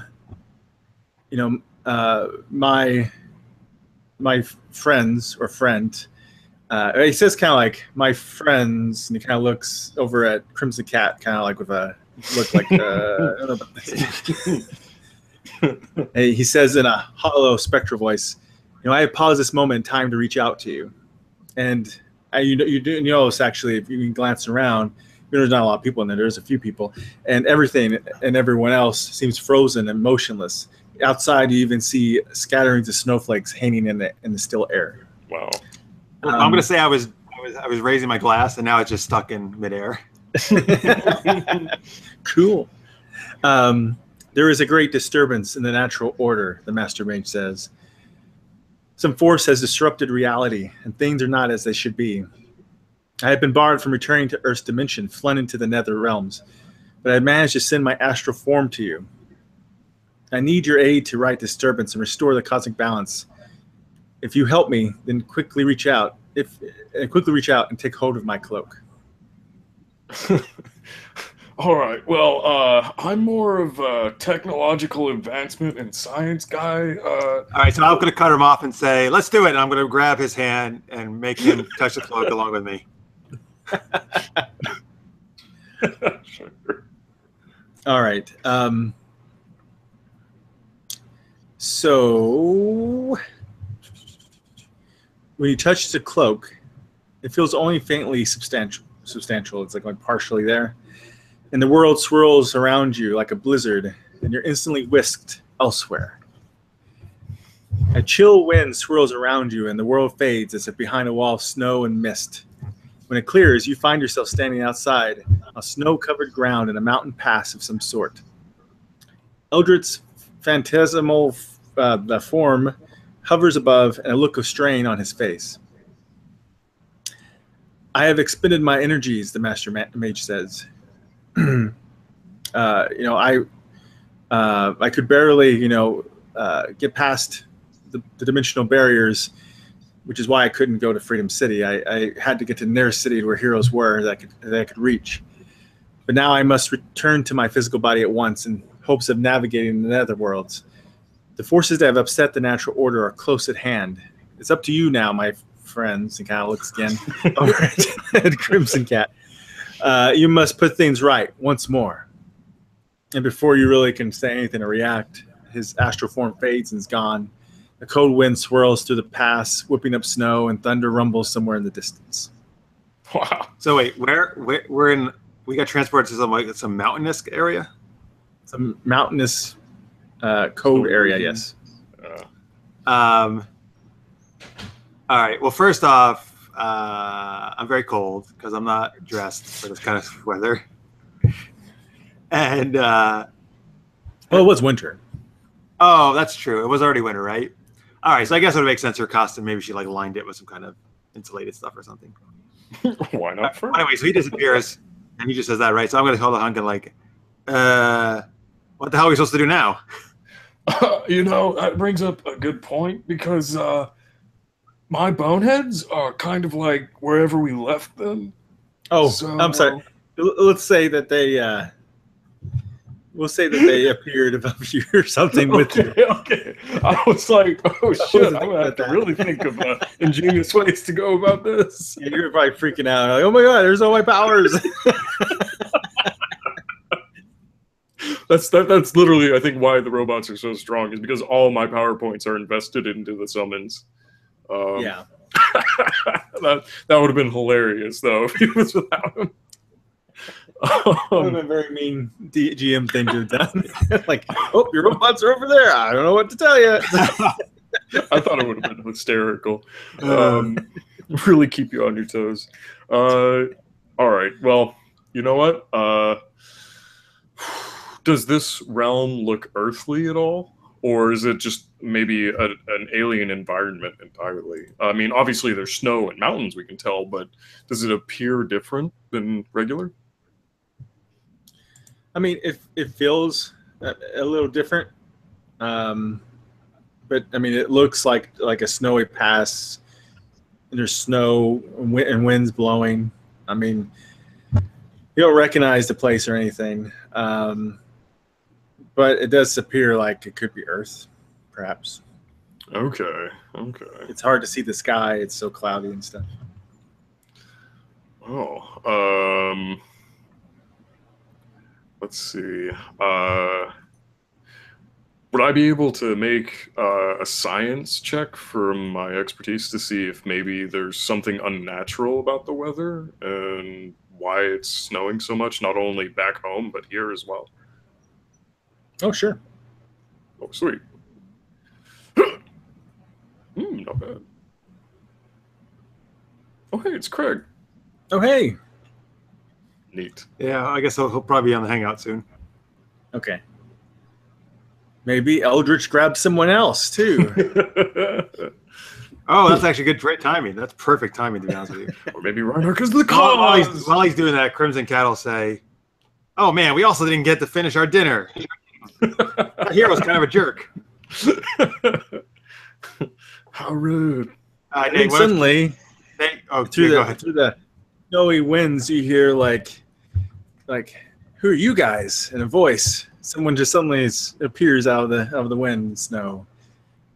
Whoa! And then it's Reinhardt. I don't know if you guys know Reinhardt or not, but all right. Well, so Craig just joined us. Can you hear us, Craig? Evening. All right. So why don't you very quickly? We're in the middle of things here. Just very, very quickly, tell people what Reinhardt, who he is, what he does. Reinhardt is he's an energy. I can't remember the class. Energy person. Don't worry about it. Don't worry about the class. Just describe him. Okay. He is. He tries to be charming, but he kind of struggles. We probably shouldn't look at people like that. Hello. Hi, how are you? I swear I'm a great people person. Sorry, I'm helping. We'll have a really fun date. His abilities are kinetic energy, so a little bit like Gambit, except he throws dice instead of cards. So cool. I like that. Yeah. So is he actually into role-playing game type stuff? Is that why he does dice? Or does he like to gamble? Yeah. Yes, Your Honor. Okay, all that. I'll take a little bit of both. Yeah, probably a bit of both. Well, I mean, hey, when you play in D&D, you gamble all the time. Well, that's true. Usually with your life, depending on the setting. Hey Nate, you can move your picture to the left now since Craig's here. Just covering up a little bit. I mean your actual video, your video. Yes. Oh wait, that's right. Yeah. Mm-hmm. Now you can actually put it all the way to the bottom, and then just it'll kind of line up with ours, and then just move a little left. Boop. You can move it a little over more though if you want. I can't. Yeah. Because the. Oh, you can't. Oh, actually, I wonder. Let me. Well, then you can move it up. All right, whatever. Whoops. Haha! How about that? No, that's not good. It's not. We can't see you at all now. You're covered up. How about? Ow. You just move yourself up where you were then before. That was fine. Okay. You can go above a little bit where you did it. All right. All right. So anyway, Reinhardt disappears. Right? Is what you're saying? Mm-hmm. Never fear, the British are here. So Marks did for him did the what's the guy's name? Eldritch? Eldritch? Yeah, the master mage. Wait, maybe Marks is frozen. I'm not sure. Hey, Marks, can you hear us? That's a great face for him. I thought he was still there. I thought he was just like frowning like. That's waiting patiently. All right. Well, that's always a bummer when the GM gets frozen up. Well, I would like to say that Eldritch probably didn't inform us at all about Reinhardt, but we've heard of Reinhardt's activities before. Never actually dealt with him in person, but now here's our chance. But I'm going to assume the Eldritch also told Reinhardt separately what he told us, basically, right? Probably, yeah. What do you want to tell Absolutely. Craig since he missed it? What did Eldritch tell us? Essentially, the natural order is being thrown off balance, and the perpetrators are close at hand, wherever he teleported us to. And he's stuck in what's known as the Nether Realms, far from Earth, a different dimension entirely. But he was able to astral project himself to basically teleport us to this point. Oh, cool. Okay. Yeah, definitely. So he's like a Doctor Strange-esque character is how he was described. Yeah. Yeah. All right. Interesting. Did Mark send something on Facebook? I can't check right now. But... Yeah, I'm checking. All right. So, I'm sure Mark will be on in a second, guys. Sometimes, occasionally, people just get kicked out of the Google Hangout. Again, thank you for watching. We are doing this for Roll20CON and to help raise money for Cybersmile, which is a cool charity that helps victims of cyberbullying. Anything you can donate would be awesome. I'm putting the link right in the chat, the direct donation link. It's also on our website, supergeekedup.com. And also, folks, if you haven't subscribed to us on YouTube, please do. If you're enjoying what you're seeing, that'd be awesome. That would help us out. And you can catch all our episodes at supergeekedup.com. We do a few different things. We do a Monday Night Mayhem gaming stream, so every Monday night at 8 p.m. Eastern. We do usually either Dungeons & Dragons or Lady Blackbird, which we played just before this earlier today. We kind of alternate back and forth. This Monday actually will be Lady Blackbird. So if you liked the game we just did, please tune in, and you're going to get to see our main campaign. And I have a Super Geeked Up, Geeky Improv, like Whose Line Is It Anyway, but for a Geeky Slant On It show. That's coming back July 26th. And Super Knocked Up, which was an action comedy I did about a superhero and villain who gets pregnant by her superhero nemesis, and they have to raise a baby together. It's kind of appropriate for this game. And all that's on our site. You can watch that supergeekedup.com. And let's see here. What else? So after today, Mutants Masterminds. Sorry, I'm just trying to fill time quickly here until Mark gets back on. After 9 p.m. Eastern, we're doing Fate Accelerated. And we already gave out a prize to Greg in the chat from Evil Hat Productions, who does Fate. And we're going to give another prize tomorrow. And tomorrow we're doing, at 3 p.m. Eastern, Apocalypse World, which is a very cool post-apocalyptic I'm excited for RPG. That. Yeah. And Fate Core, so Fate Accelerated is kind of a more simplified version of that. But both Fate games are very cool. You can, I see Mark's is chatting to us in the thing. Yeah, can you answer him? Or yes? No? Yes, did you answer? Yes, okay, good, thanks. Anyway, both games, you could create any setting, any genre you want. So it's not like, it's not like just D&D where it's fantasy. It could be fantasy, it could be sci-fi, it could be Western, it could be post-apocalyptic, it could be, I don't know, anything under the sun, really. So it's pretty cool. All right. I can stop filling, I guess, because Mark's is back. Ahoy! Hello! Sorry. All right. Internet crashed. That's okay. It happens. Thank you for watching, folks. Now our GM is back. We filled Craig in on what Eldritch told us and everything. So he's up to speed on that. Yeah, and Eldritch, already knew. yeah, Eldritch grabbed Reinark first and then was trying to find someone else. So used the last of his energies. All right, so you guys are in the snowy pass. There's not a lot of options but to go forward if you want. Oh, yeah. The expertise science check to see if the cause of the snowstorm or, well, the weather was unnatural or not. Like if this is just a regular phenomenon. Yeah, go for it. Oh, I got a 27. Oh, okay. Yeah, so you do feel, now that you think about it, according to meteorology reports and such, the snow that the city's been having does seem to be unusual. And the weather currently happening does seem rather extreme. It's hard to tell exactly where you're at right now because, you don't know exactly where you're at, but it does seem unusual. Okay. Yeah. So, something about this weather just isn't right, bro. Yeah, it really blows. Look at that. You're full of puns. Yeah. All right. So, I don't know. What do you think? I guess should we make our way up this pass? Hunk's a little hesitant. Is that the only way to go, Mark? Is that really the only way to go? Yeah, as far as you can tell, yeah. As far as you can tell. Well, we can either stand around here freezing our butts off, or I guess we can move out this pass. Hey, check it. Just because you don't have, like, a regulated body temperature, thanks to cybernetic enhancements, doesn't mean I have to walk into a death trap. All right, fine, stay here. And then I'm gonna march off. As I do, though, I'm gonna throw a snowball in his face.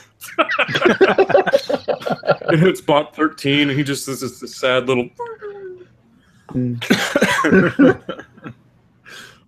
He'll, you know what, but I do have boneheads at my disposal, so he'll go ahead and motion for them to move forward with Crimson Cat.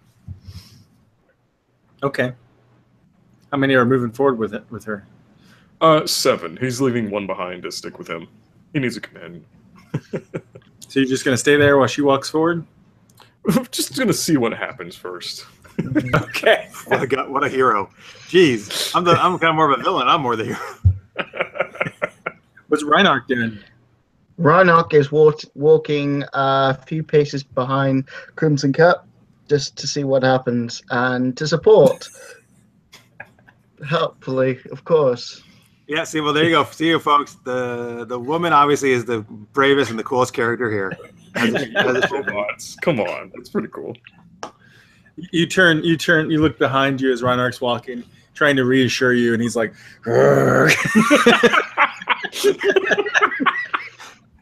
wait, what? He did that to me? I'm just teasing. He's not doing it. Come on. You're just making fun of his pose in the picture. He's walking a little bit behind you, but along with you. All right, so the air is freezing cold in the mountain pass, and you're wishing Eldritch provided you with some winter gear before he disappeared. The snow actually reaches up to your knees, and it's slow going, treading through it. Who knows where? And you also notice it's rapidly growing darker as night is setting in. And you actually have a disturbing feeling that you're being watched. Ooh. So should we do perception? Well, hold on just a second. So sure. As you get this feeling, you've been walking a little ways, and the rough stone sides of the pass start to loom up overhead, and the wind whistles and moans through the narrow gap, and suddenly you notice burning red eyes gleam from the shadows, and a pack of gray furred wolves with eyes like burning coal start rushing towards you to attack. Yikes. They look cute and furry. Let's hug them. Gets out his dice. There's 6 of them. These big wolves. That's going to be fun. So roll initiative. All right. Initiative. Yay. See if I can. Oh, critical again. 27. Oh, those poor wolves. Yeah, let's see. 1. Does this work? Yeah, you got a 14. Yep.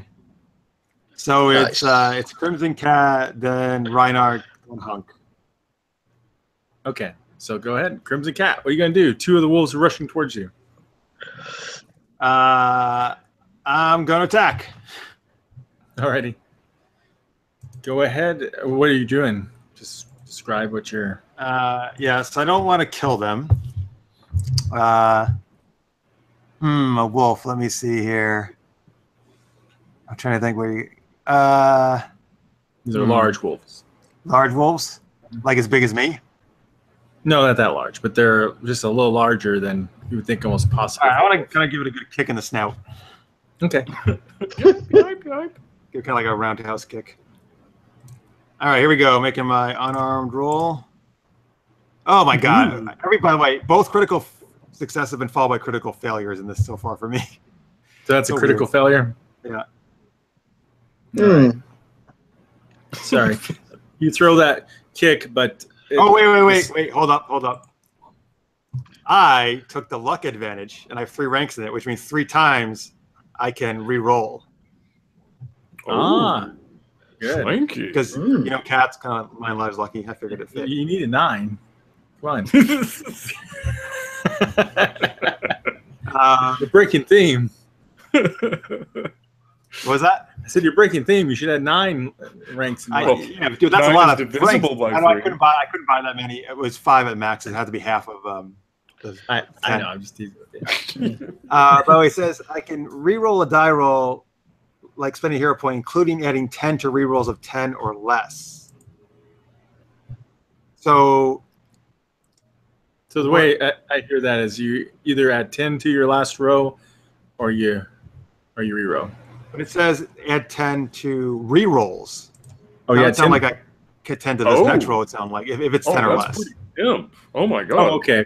You can. So if it's 10 or less, you add 10. So you're always going to get at least 11, right? So All right, cool. So here we go. So I'm going to use one of my luck points to do a re-roll here. That means you can get a possible 46 on your roll. That's no, awesome. because it's only if it's 10 or less do you add it. Oh. Never mind. Yeah. Okay, 26. So that was obviously. All right, that definitely nailed it. That was actually a roll of. I don't know what that was. I have a 13. Oh, it was a roll of 13. Okay, so that's fine. Cool. All right, that definitely nails it. Let's just roll its toughness real quick and see against your rank. So you have 2, right? 17, right? Yeah. So let me just roll that real fast. Okay. They're fairly tough. Uh-oh.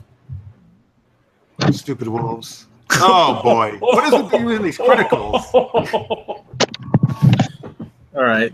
So you like hit it and it just comes right back and just growls. It is on dominance.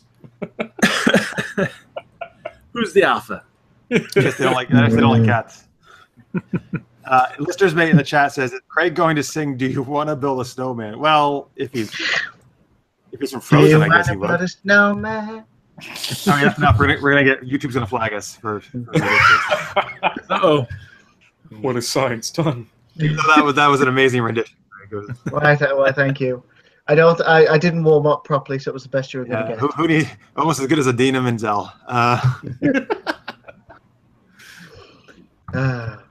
All right, so who's next? That Reinhardt. would be yes. Is it? Yay! I'm going to, if the abilities allow me, I'm going to use Energy Blast. Ideally, where there's several of them, and I'm going to try and get a few of them, if possible, and away from the cat lady. Well, I think so. I think what you're gonna. I think you have add-ons or whatever I'm trying to say of your power. And one of them is like a area attack, right? Like an explosion. Is that right? I'm assuming that's what Energy Blast. I'm assuming that's what it is. Yeah. Well, Energy Blast itself is a just like a beam attack, but I'm pretty sure if I remember correctly. Let me just look at your character sheet real fast. Sure. I'm just going through it as well. Like, can I do that? Is that okay? Maybe I should. Yeah. So you have a burst area damage one in your power array. So that does a little bit less damage, but is bursting. It does penetrate against some stuff too if they have armor. So you can do that. Yeah, So, I'll try that. How do I do that?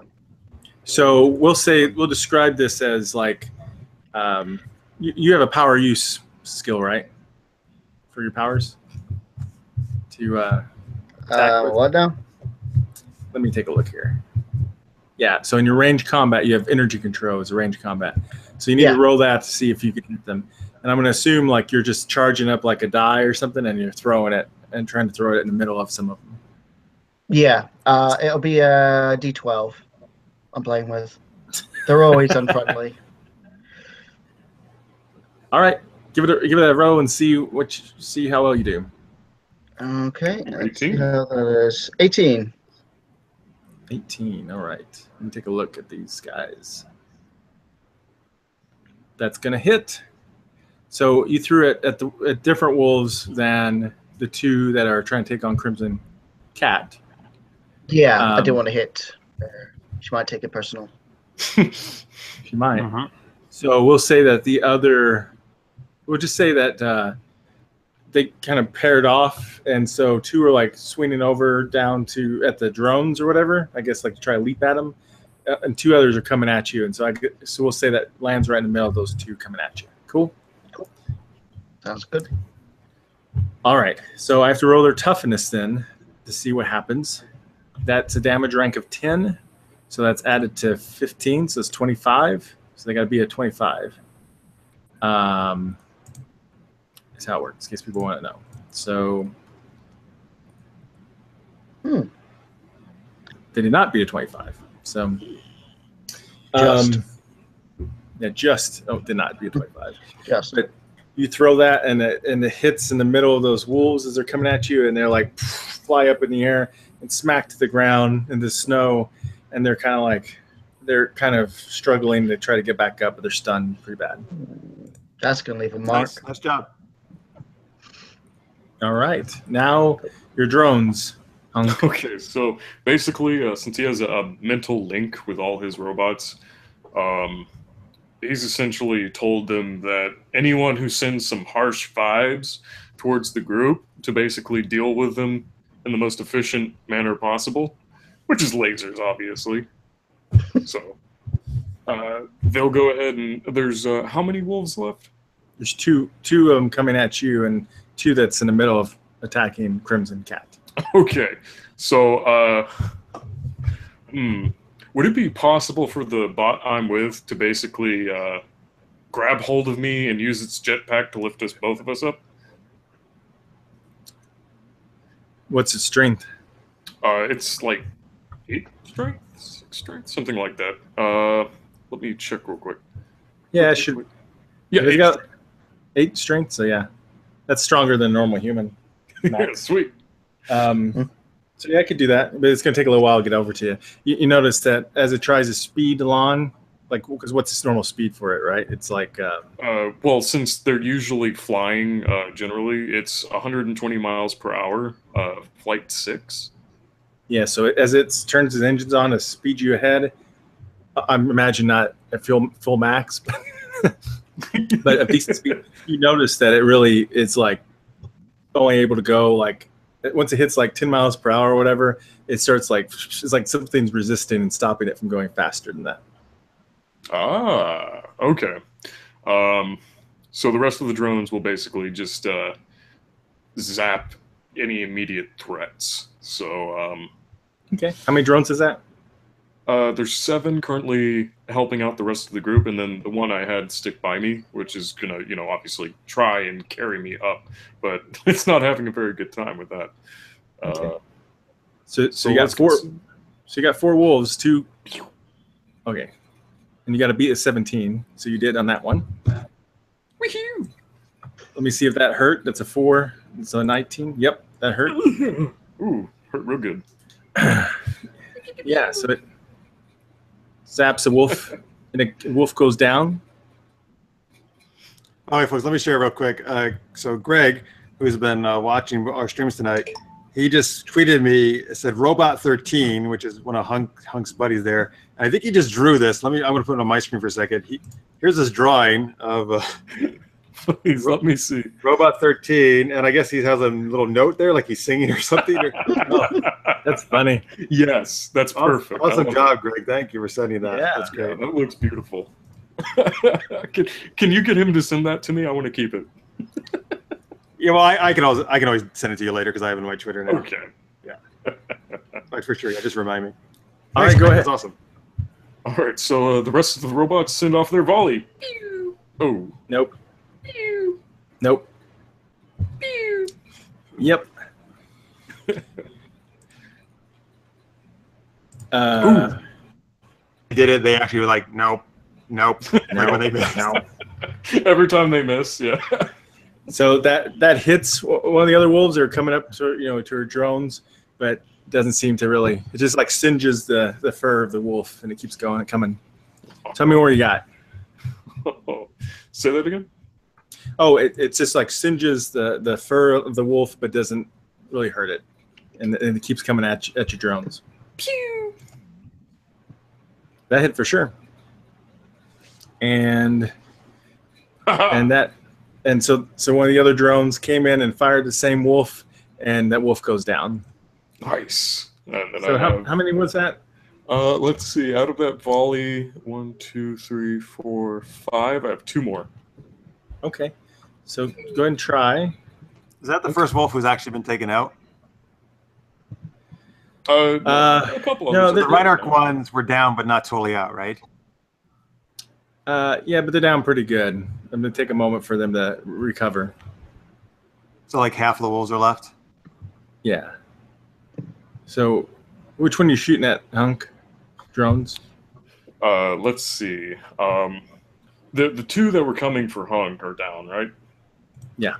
Okay, then obviously the ones currently intertwined with the other 2. Okay.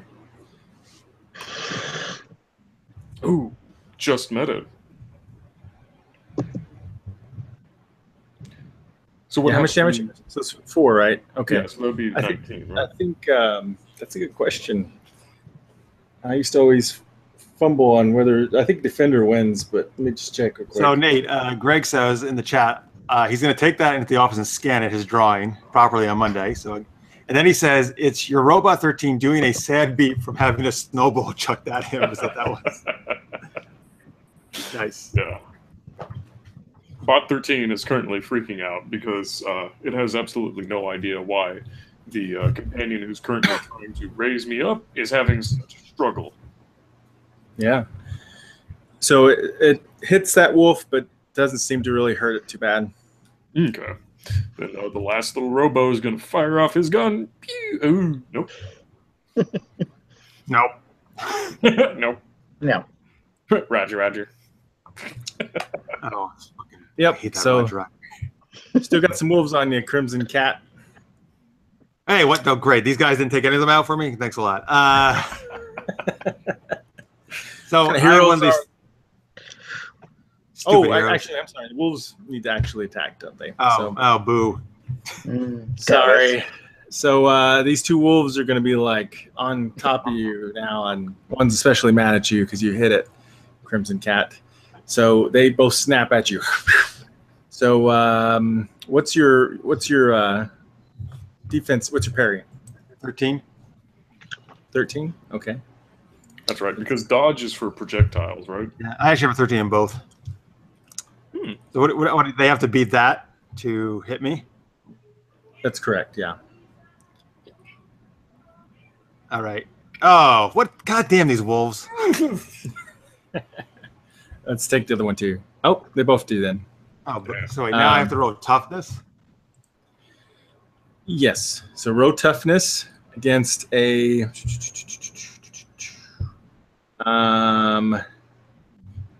against a 17. Oh my god, these wolves are too tough. I rolled twice, right? That's correct. Yeah, it's each attacks. So boo. That's not good. Okay. All right. So bad rolls, both of them. these are really bad Nice. rolls. I mean, well, I may use luck here because you got. I don't know how the damage works in this game.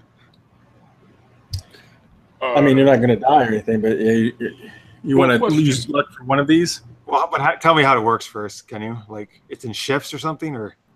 Okay, so the way it works is, they roll tough. You roll against toughness, and when you fail, it's in degrees of failing, right? So every 5 points or so, or fractions, every 5 points is an additional degree. So, for example, 10. So against I missed by 17, 1 degree, right? Well, you miss against 2 degrees because it's the first 5 plus you got a little bit of another degree. So it automatically goes to the next degree as soon as you go past the first 5. Yeah. So that's 2 degrees, and then also I think there's 2 degrees in both, isn't it? So just barely on that second one. So a 2 degree failure is, and they do stack on top of each other. You're dazed until the next turn, and you get a -1 penalty to further checks against damage, and so you get -2 penalty against attack. And what does dazed do? Dazed is you can only take a single standard action in your next turn, so you can't move.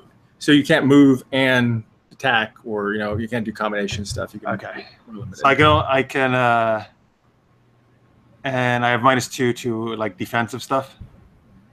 Yeah, against for the resistance checks against damage. So you're getting hurt, and you'll get hurt more next time. So, I guess technically your second toughness row was actually 10 because you had a -1 at that point. But that's how it's going to happen. Gotcha. Then when the fight's over, does that stuff go away? No, not instantly. Takes a little while to refresh. Well, the daze goes away, right?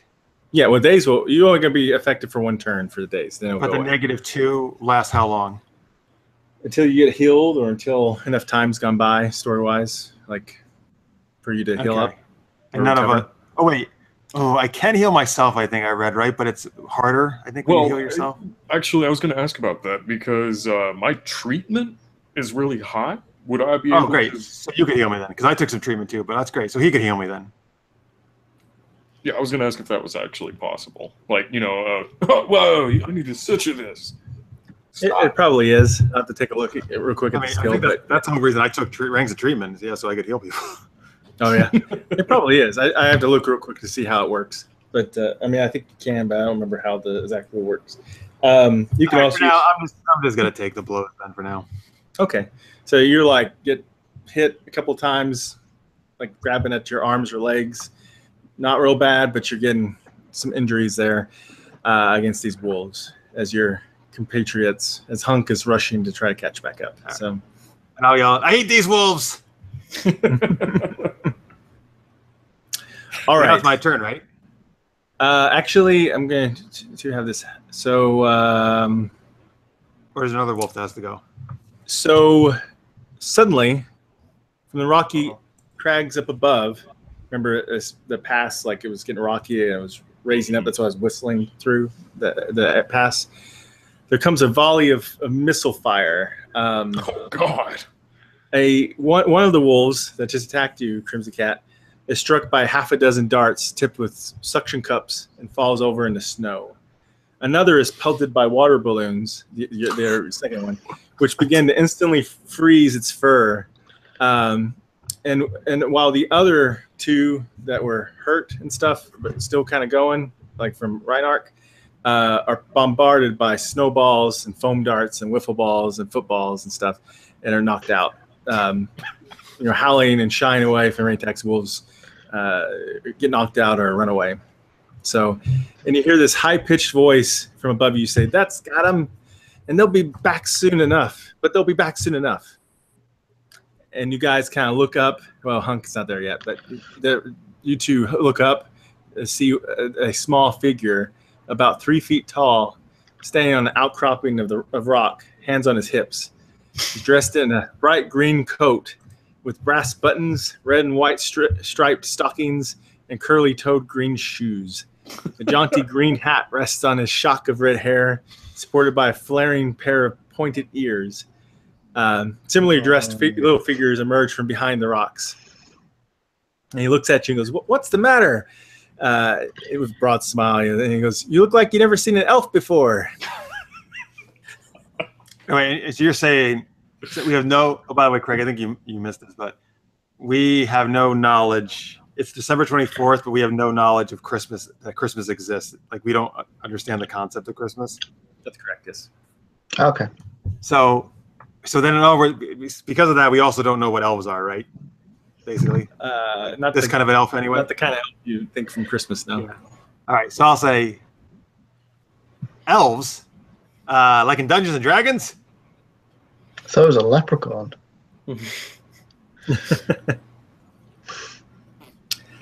The elf's like, no, like Christmas, silly. What's Christmas? I feel like I need to be like Christmas, silly, or something. Please, yes, do it. Please do. You want me to talk like that? Yes. So that elf comes down and and along with some other elves starting to come down, and walks up to you two, and Crimson Cat and Reinark, and it says like, it's like I'm the leader of the elf resistance. I'm Herbie. Everybody Herbie? calls me Doc, and puts out his hand out to like shake your hand. All right, I'll shake it. So let's Like, shake thanks for the help, Doc. have you come to help save Santa? Maybe. Who's Santa? What's Christmas? What are you guys talking about? Oh, it's worse than I thought.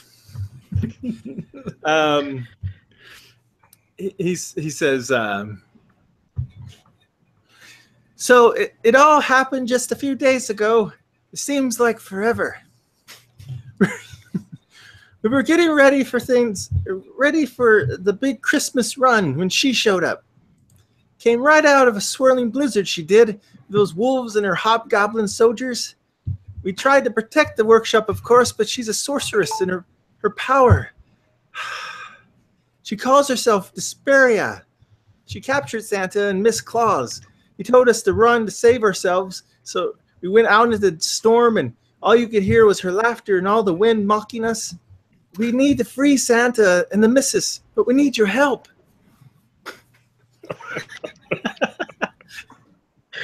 Okay, but what does Santa do? What do you guys do? And I assume Hunk's like slowly making his way towards the group now. So I suspect the sorceress is responsible for you not knowing what Christmas is. Here, hold on just a moment. And he kind of fumbles through his bag or something, and pulls out some what looks kind of like corn of sorts, and says, "Here, have some of Santa's magic corn." All right. Well, since I didn't get to eat my dinner because of stupid Eldritch, she's gonna eat it. Okay. How about you, Reinhardt? Sure. Free food. And about strange little people. Okay. And about then, Hunk is arriving. He goes, This should help restore your powers if they're limited, and also help bring back your memories of Christmas." And suddenly you remember all the Christmases of your life, the good and the bad. I remember mistletoe. Hopefully, mistletoe, yes.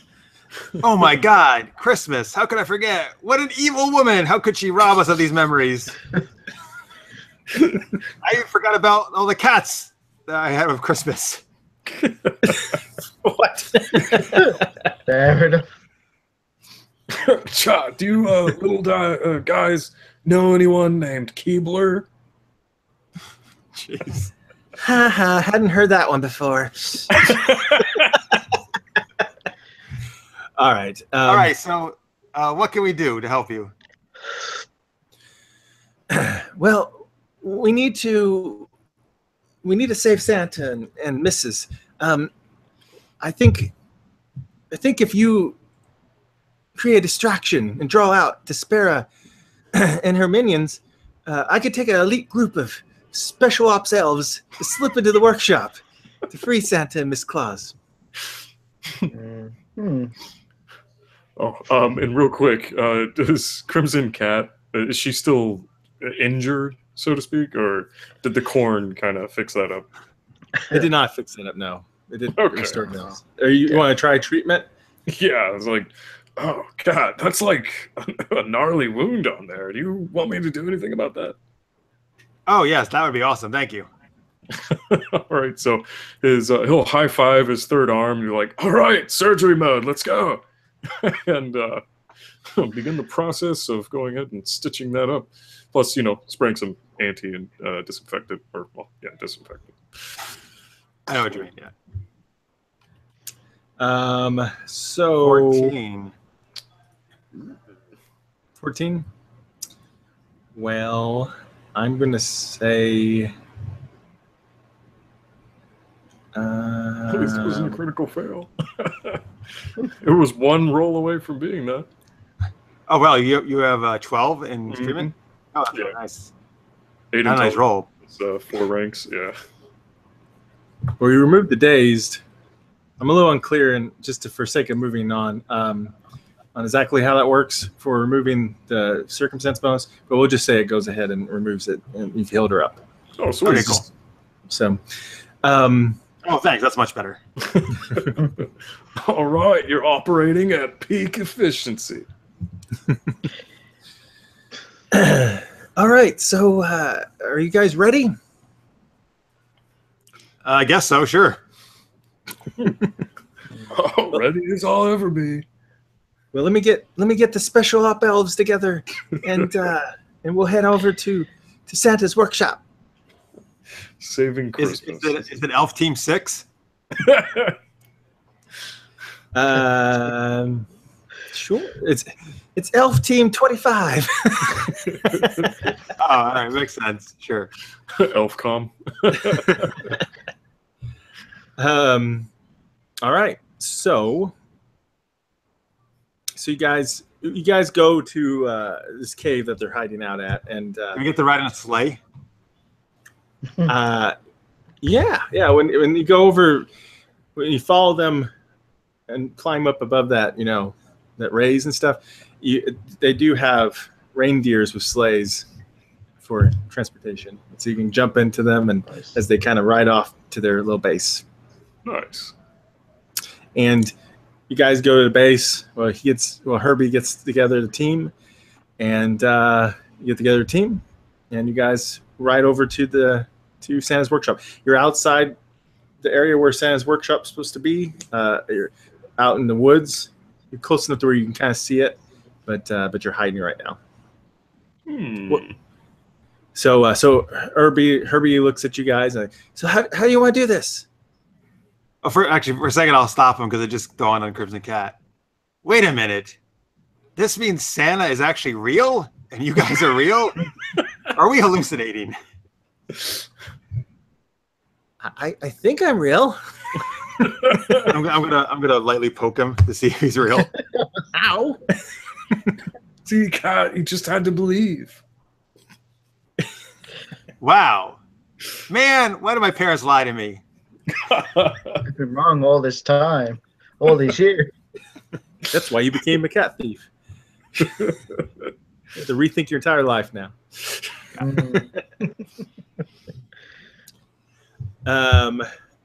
So yeah.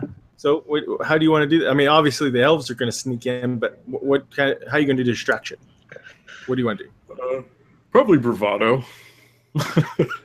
Bravado? Oh, wait, what? Yeah. Okay, so hang on. Where her name is Desperia? Yep. She's taken over Santa's workshop. Mm-hmm. And we're outside of that. Did you say we're in a cave area? Oh, so you went to the cave. There was her headquarters, got the elite team of elves together, and then came to where the workshop's at, and you're hiding outside. You're in the woods on the rim, where it's more open, open field to the workshop, and you're hiding there looking at the workshop now. How big is the workshop? It's a pretty big building. It's like a large warehouse looking type thing. It looks cute. Okay, I want to ask. Well, wait, Herbie goes by Doc. You said, right? That's what the other elves call him. Yeah. All right. So, I guess maybe before we left then, or something, or maybe I'll ask if there's a Doc. Do you guys have any fireworks or anything we can set off as a distraction? We have bells. Okay. A lot of bells. We got lots of bells. Like the bells that are on the string bells. Yeah. You know what? Well, they're hats, but also you have a string of bells I don't know what that is. But Hunk might be able to rig something up. With as long as they have the resources and materials. To basically strap Bot 13 down with as many bells as possible and have him just wildly flail about outside. But it's the workshop that's taken over, correct? Yes.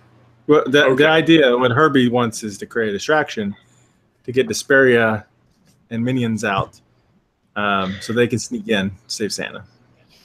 Okay. Are there any bad guys outside? Currently, you see some of different- the you see some of the wolves kind of prowling around outside. Okay. Is there a back door to the workshop? Yes. Doc. Yeah, there's a back door. I figured we'd sneak in that way. Yeah, Hey, Doc. we can. Oh, good. Well, Sorry, go. Reinhardt, he doesn't want us to sneak in. We're supposed to be staying out here and we're going to distraction, and they're going to sneak in, is what Doc Yeah, wants. no, I get that. I just make sure there was a way in for them. We could attack the wolves. That should bring more security, and eventually she'll come out. Hey, Doc, do you have one of those like inflatable Santa Claus things or anything that looks like Santa?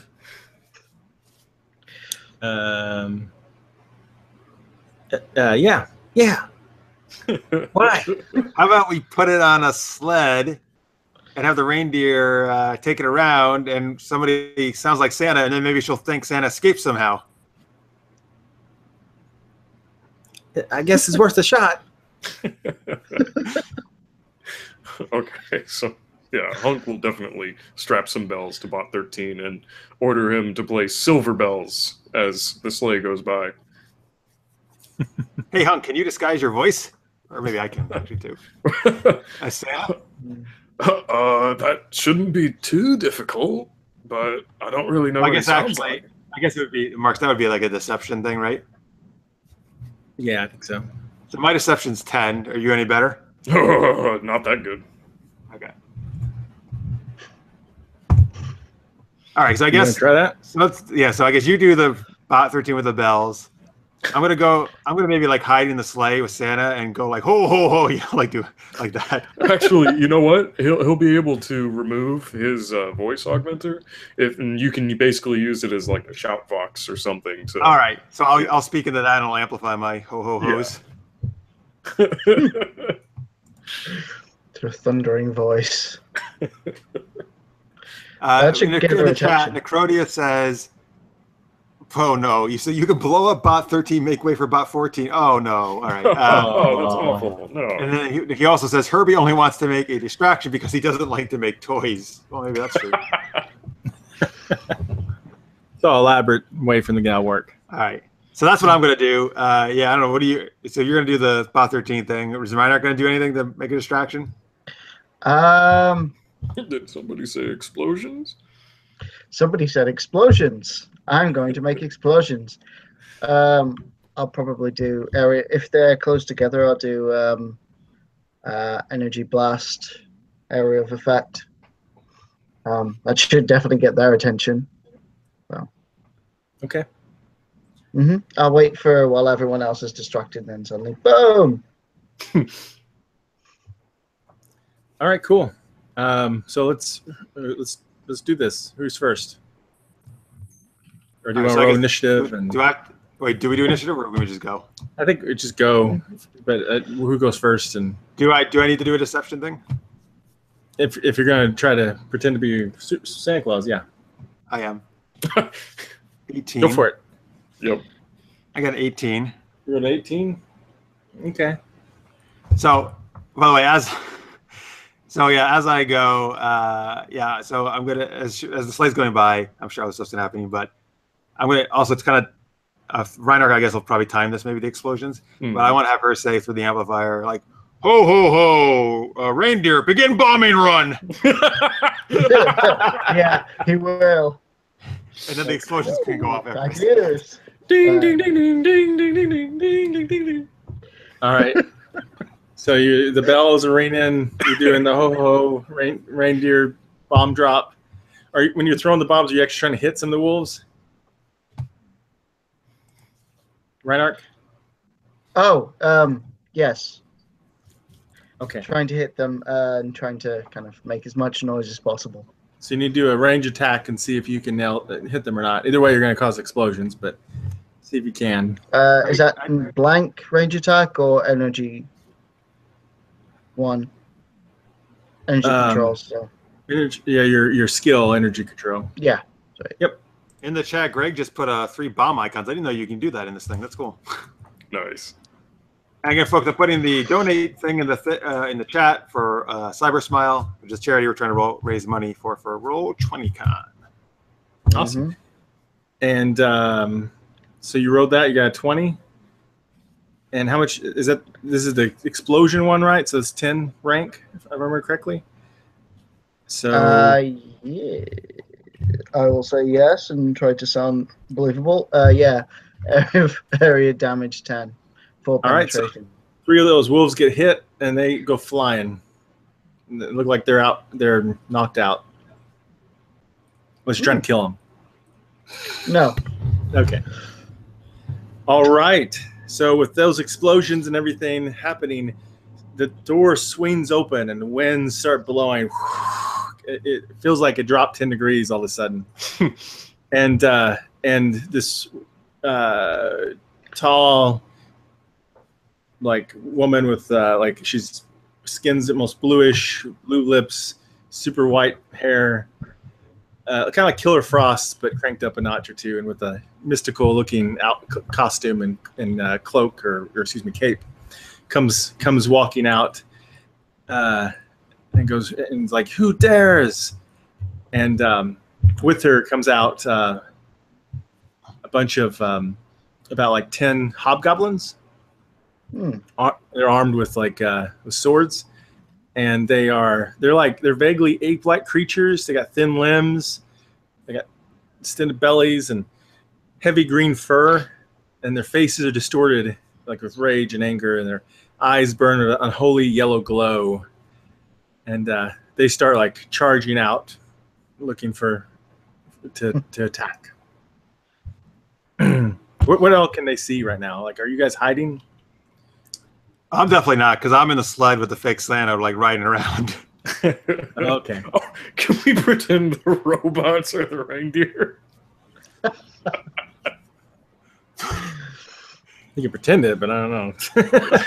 I don't know. I guess I was going out. They're actually the reindeer, but. So you got these 8 hobgoblins coming out, and you see like from behind or from another part of the forest, like you hear like a howl, and coming running out is another 10 like wolves rushing. So yeah, initiative, please. All right. Initiative.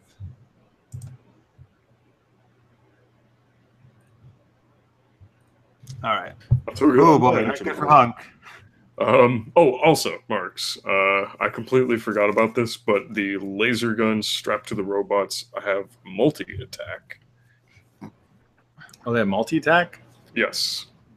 So, if I'm reading this right, against a single target, you make the attack check normally, and if it's successful, you increase the attack's resistance DC check by +2 for 2 degrees of success, +5 for 3 or more.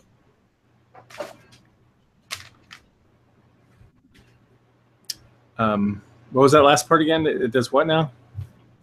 It increases the resistance DC by +2 for 2 degrees of success, and +5 for 3 or more. Okay. So the more you hit, the harder it's going to be for them to resist against damage, because they're shooting a bunch of blasts. Okay. Yes. All right, and I need to roll Desparia real quick. All right. Was the 13 her? No, the 20's her. She rolled critical. Okay, cool. Damn. Holy crap. What's the 13 for? The other guys?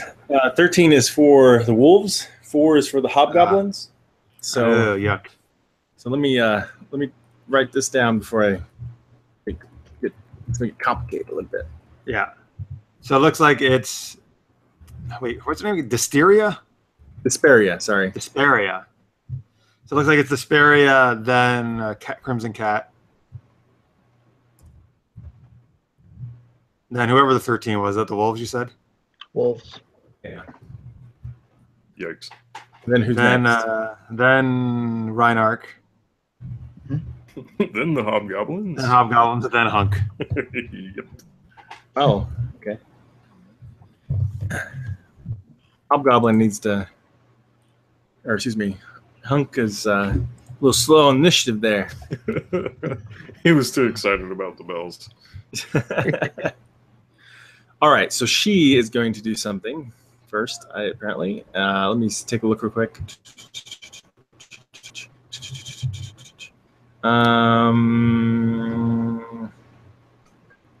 Give us all presents.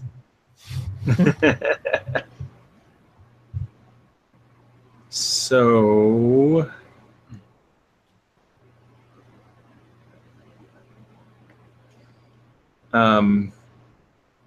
okay, so she's going to, she sees some of these drones, right?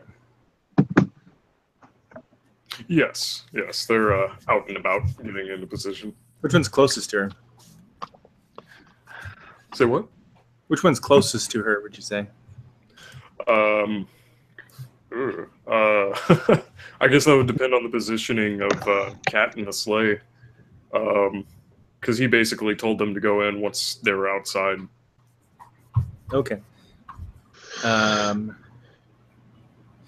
So anyway, she looks at whatever the nearest drone is, whatever number you decide it to be, and shoots at it. Ooh. Live, damn you, live! Is she using like an icy blast? Yep. What's its defense? God. That depends on which defense it is. This one has a +10. It's a dodge, right? Well, there's no way in hell he's dodging that. Okay. Well, unless, would a critical allow him to dodge, or? No, it's just a dodge rating, right? You compare it against? Yeah, it's just a flat rate, so it's +10 whatever your dodge is. So. Yeah, no, there's no way it's dodging that. And what's its? You said it's protection and damage reduction. It's protection 10, impervious 8, and any fortitude effects it's immune to. Okay. All right. So so she goes, "What trickery is this?" And points her hand and shoots this like ice blast and hits the one, and like hits and like creates these like ice spikes that just shoot right through and just splits it in half and blows Oh up. no! Oh man! Bot 6, no! No, we got a bot down. We got a bot down. In the chat, Lister says, "Are you sure one of these hobgoblins isn't Snargle from our Lady Blackbird game we just did?" Oh yeah, See, They're crossovers. much uglier. All right. So who's next? Crimson Cat. What you gonna do? How many hobgoblins are there? There's like 8. How many wolves are there? 6 rushing out. Oh, good God! Oh, Nobody well, else. actually, I'm sorry. There's 3 that was already there. They were, by the door that didn't get taken out by Reinhardt, and then there's 6 rushing out. There's 9. Yikes! I hope these elves help us out. Otherwise, we're in big trouble. I've got area effect, so I'll have to do that for a bit, I think.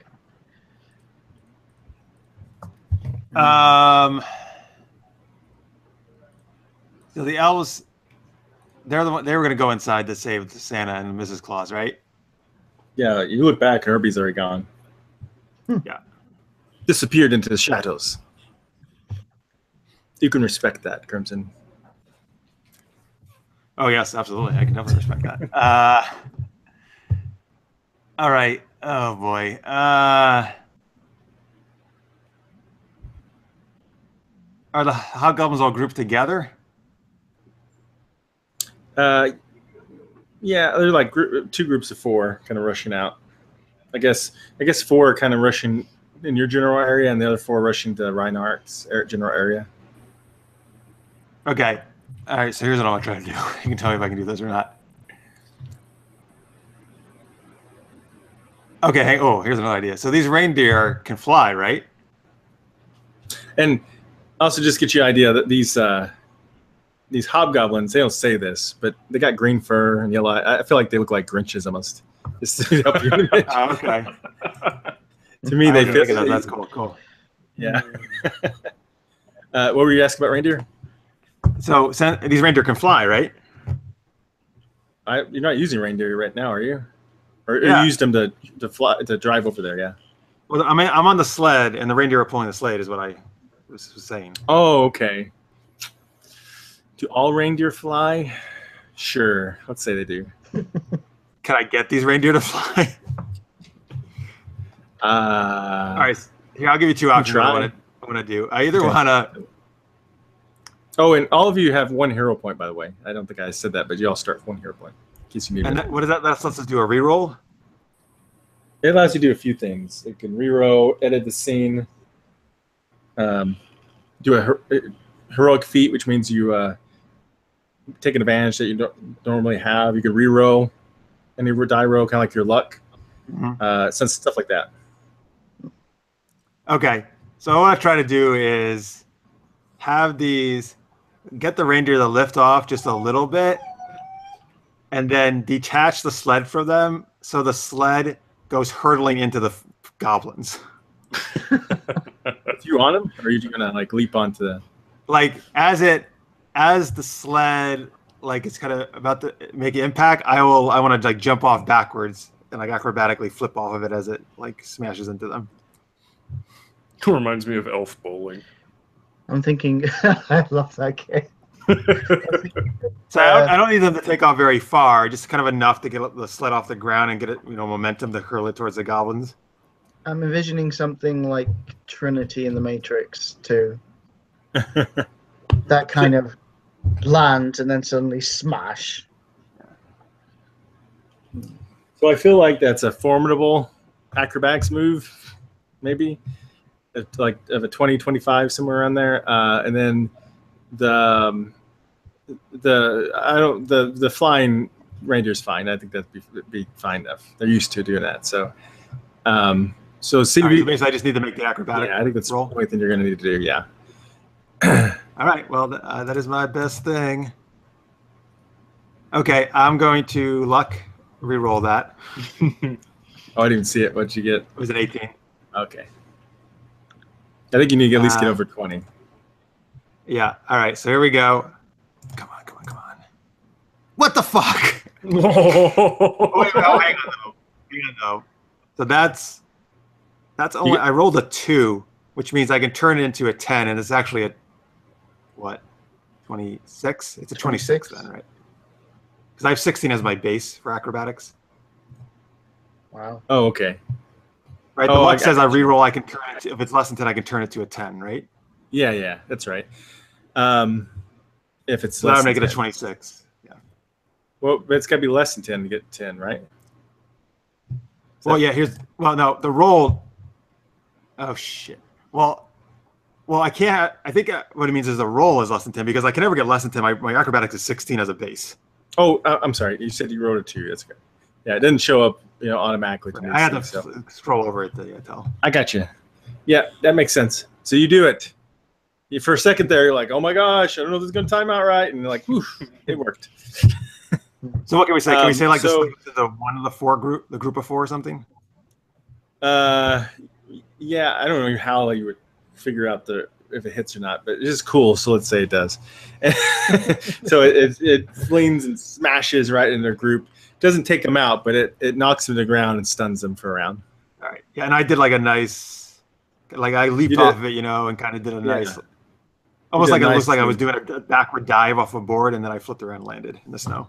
You land snow. Of course, you land by a foot in snow, but yeah, you land.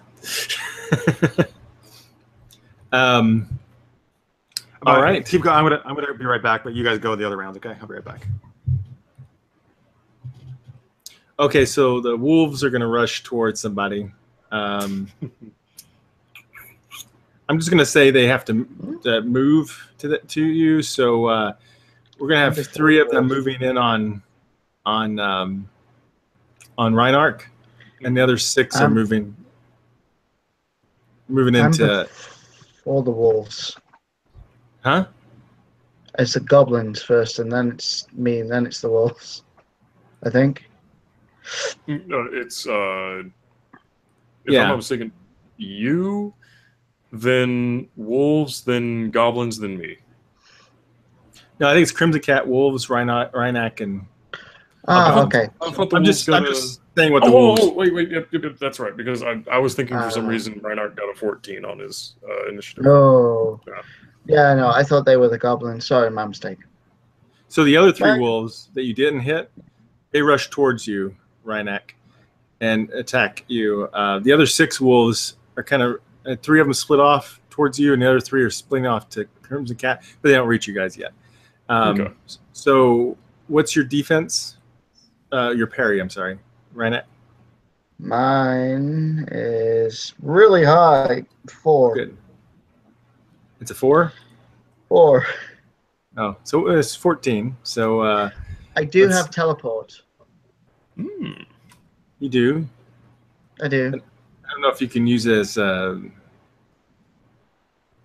defense or not, like that. But because it has to be a reaction power or something like that. Oh, okay. So they have +3 attack. Let's see if they can hit you or not. And so they have to beat a 14. So one does, the other one does not, and one really one's got a critical. So, but they can't use criticals against you, so it just means it hits. So 2 of them hit. Now let's see if they do any damage or not. So you need to do a toughness roll. So what's your toughness? Or it might even lie just to roll it. 5. Does it have a little dice thing by it? Yep, there you go. Oh man. Yeah. So gonna go well. So it's 15 plus whatever their damage is, which is 2. So that's 17. So you failed by 1 degree. And try the other one. Roll again, please. Oh yeah, sure. That one. There you Good go. on that one. So the other one just kind of knocks you back, but doesn't actually hurt you. So you've been hurt 1 degree. That means you are you get a -1 to further checks against damage. So That's fine. not terrible. Cool. It's okay. All right. So, and I believe it's your turn now, right? Am I correct? Yes. Right now. Am I able to teleport somewhere else and then use an ability? Or can I only use... I guess it would depend if it uses your movement action or if it uses your full or your standard action. Yeah, I want to use energy blast, but they're quite close, so I prefer to go further away and then kind of use area effect. Let's just say yes for now. So Okay. because I'm going to assume it uses your movement up. So Does you move and then attack. So since I'm not moving, yeah. Does Cool. anybody else see the cat on Jeff's screen? No. The cat in just screen? Yes, left side. Oh, there is. Oh. Hi, Puddin'. How you What's doing? up, Pudding? Hi. How you doing, kitty cat? I forgot he has cats. Meow. Meow. That's funny. Cats are the theme. So yeah, he's going to teleport away, a bit further away, and then How he's far going to away? use far enough that they're going to have to run a charge again to reach him. Okay, so at But least not too far away. so more than 30 feet, so that they wouldn't be able to attack you at the same round. Yeah. Okay. Yeah. So let's say like 40 feet or so. So Sure. all right, go ahead and roll your range attack. See if you hit. Will do. Is that cat named Pudding, Jeff? No, that's my cat Rhesus. Oh. Okay. Oh. He was taking over for me at some point. That'd be funny actually if he hit something into the roll. Right. He like rolls a critical. Yes. I got 21. Okay, yeah. In the chat, Acrodia says, "Oh my God, Pudding is now in real life." Or wait, Jeff turned into a cat. That hit, and I'll roll toughness real quick. Let's see if it did damage. What was the damage? Damage thing we get?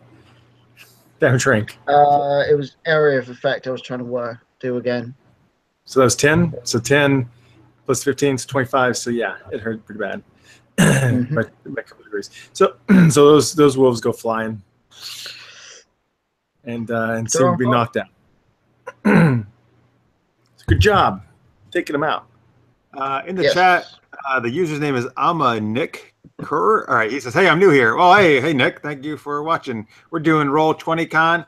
That's an all-weekend gaming event to raise money for Cybersmile charity to help victims of cyberbullying. Here is the link to donate right in the chat, and it's also on our homepage, supergeekedup.com. We're playing Mutants Masterminds right now, superhero RPG. We're trying to save Christmas. That's what's happening right now. Yes, that's really what's happening.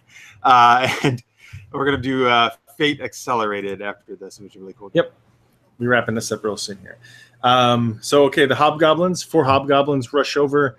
Are you there, Hunk? You're near there, right? I'm a pretty good distance away, but as long as he's able to observe the battlefield. But seeing Bot 6 go down filled him with an unquenchable thirst for vengeance. So he's rushing towards, I'd say, a good 30 feet behind his robots. Okay. Okay, cool. Thanks. All right, so they're gonna try. Can they like hit your drones close enough for them like to reach with swords?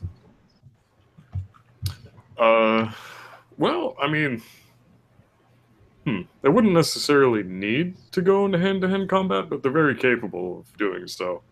So I guess to alleviate some of the pressure off of the compatriots in the group, they'll be approaching within, a grabbable distance. Okay.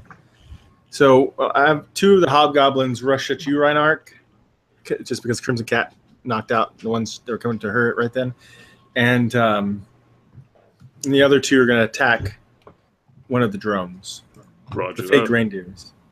So let's have them attack the drone first. Oh. I gotta check and see what their bonus is.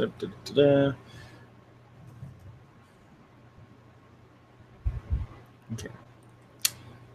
What's their dodge? Or excuse me, their parry. Same thing, too. 2? All right, so they have to row 12 or higher. That one did not row. That one did. So I don't even know how much damage they can do to it.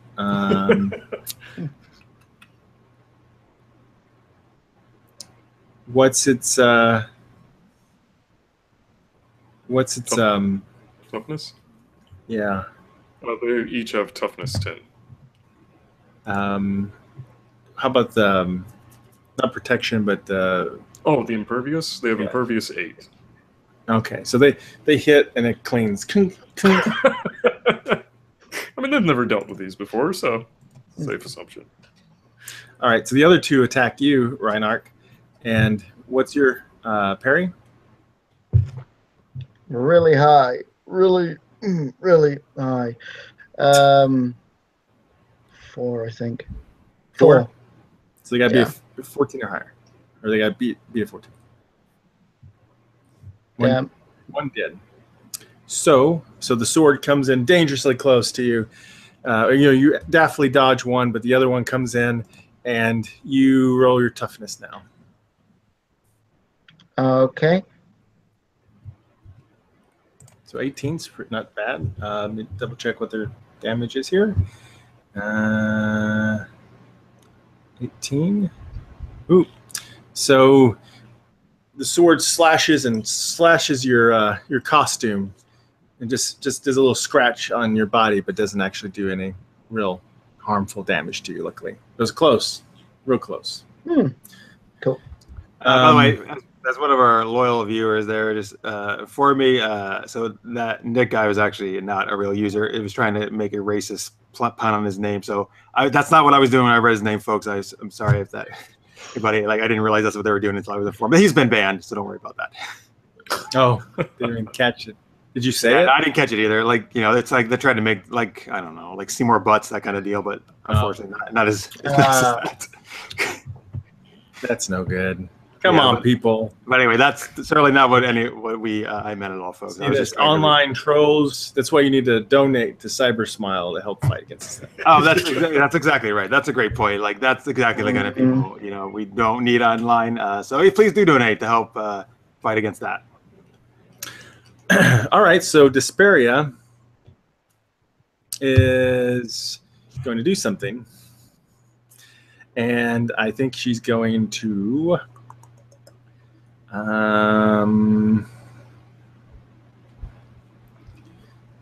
she raises up this mystical shield around her, and was this before or after my turn? oh, I'm sorry. Never mind. You go first. Huh? It's okay. I think I forgot to put you down, so yeah, you're last. Okay. Never mind. Okay. What are you gonna do? Well, seeing as how she was the one who took out bot 6, and bot 4 and 5 aren't in danger from the hobgoblins, he's going to have them volley every laser they have directly at Desperia. Okay. So let's have them roll. All right. So they need to hit 20 or higher. Okay. Here goes nothing. She has a shield up? Oh, no, she didn't go yet. That's right. Ooh. And a varying degree of success. Oh, 25. Nice. Okay. So one hit. Yeah, so far. Is there more firing? Yeah, I'll go ahead and roll this. Okay. Ooh.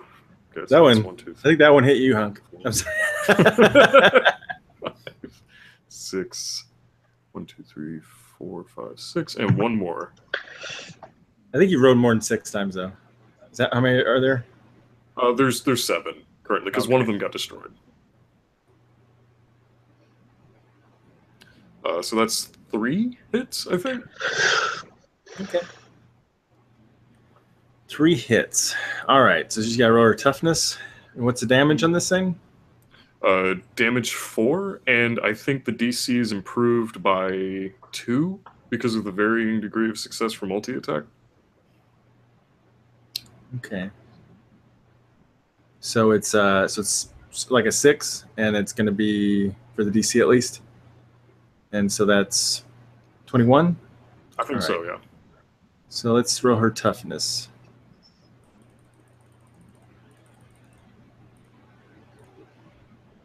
Yeah.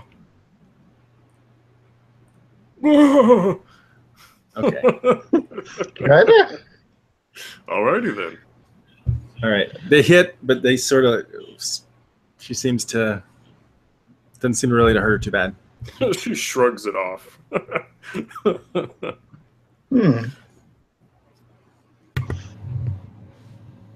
All right. So now it's her turn. And she puts up this mystical shield in response to that. Which really just kind of creates this kind of like it's almost like wind, a kind of cycloning around her a little bit, and you see kind of ripple in the air around her. So maybe it's a mystical shield, maybe not. I don't know. All right, so that's her turn, and Okay, Desperia just went. Mm-hmm. All right, now so I'm up. Yep, I think there's currently just 3 wolves. They're up, and they're. Oh, sorry. Yeah, are you up next? Yeah, you're up next. Sorry. Yeah. What are you gonna do? What So you doing, 3 Crimson? wolves are still. There's 3 wolves rushing toward you right now. Yes. And so what's going on with the hobgoblins? Those hobgoblins are still stunned and working on getting up. And what about the other group of hobgoblins? Did anybody take out them? No. There are 2 of them had attacked the drones, and 2 of them attacked Reinarch and hurt him a little bit. Okay. And 3 wolves are running towards me? Yep. Oh boy, great. Yeah.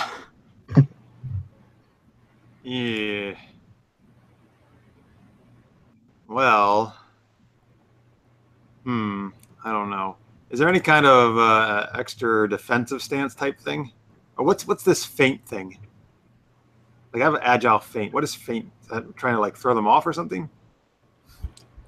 Well, feinting's a combat type move. I don't know. Let me take a look and see what it means mechanically here. I mean, it just says feint using acrobatic skill, but I don't know exactly what feint does in combat.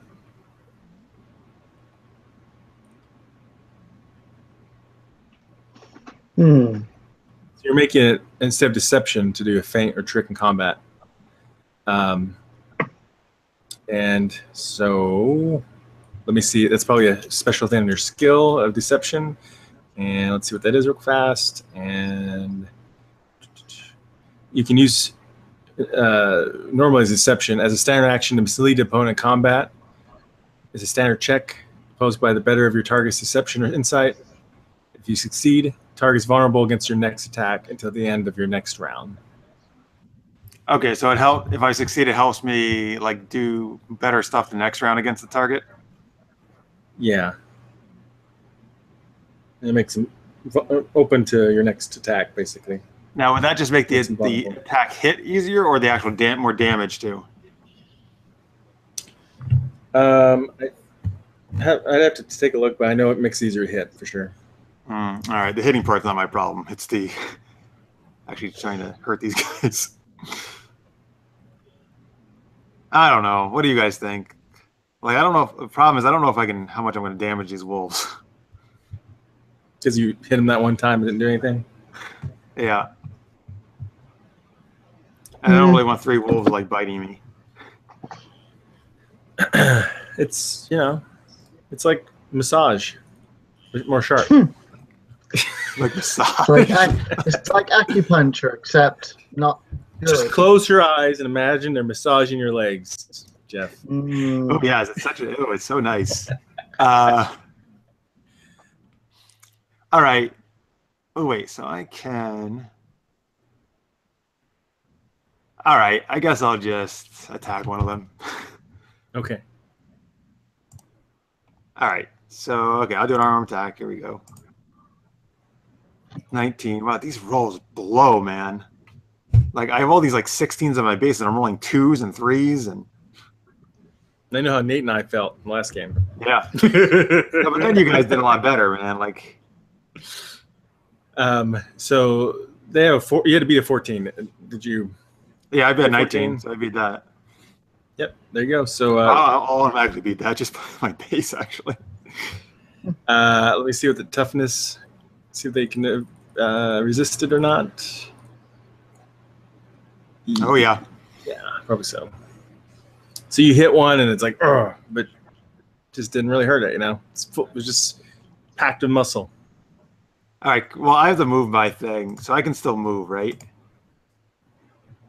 Oh, the move by attack? Yeah, so you can move again. Are there any shadows nearby? As you say, it's nighttime. Is it nighttime? Yeah, I guess it is at this point. Yeah, or pretty dark. All right. Well, if there is, I'd like to use my concealment power then to try to, kind of get out of their visual. I mean, they can still possibly smell me, obviously, but that's true. It's possible. So you dash over to the shadows, probably from the woods, and try to, and you go invisible. So, does it affect smell? No, the one I chose only affects visible things. Okay. So we'll see what happens. Listener's mate says, "I know you suck at rolling dice. Thanks." Sure. Yes, I often do actually. It's why. He also says, "Why is Nate making Three Stooges noises? Were you?" Was I? I don't know. Maybe he thought you were. I didn't know. He loves the Three Stooges.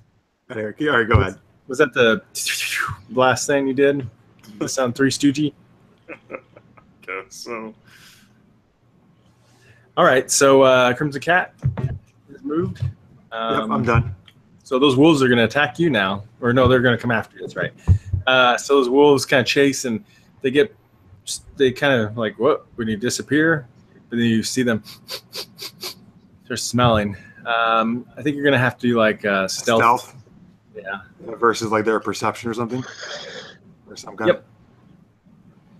of stealthy 19. Still a bad roll though. It's a 4.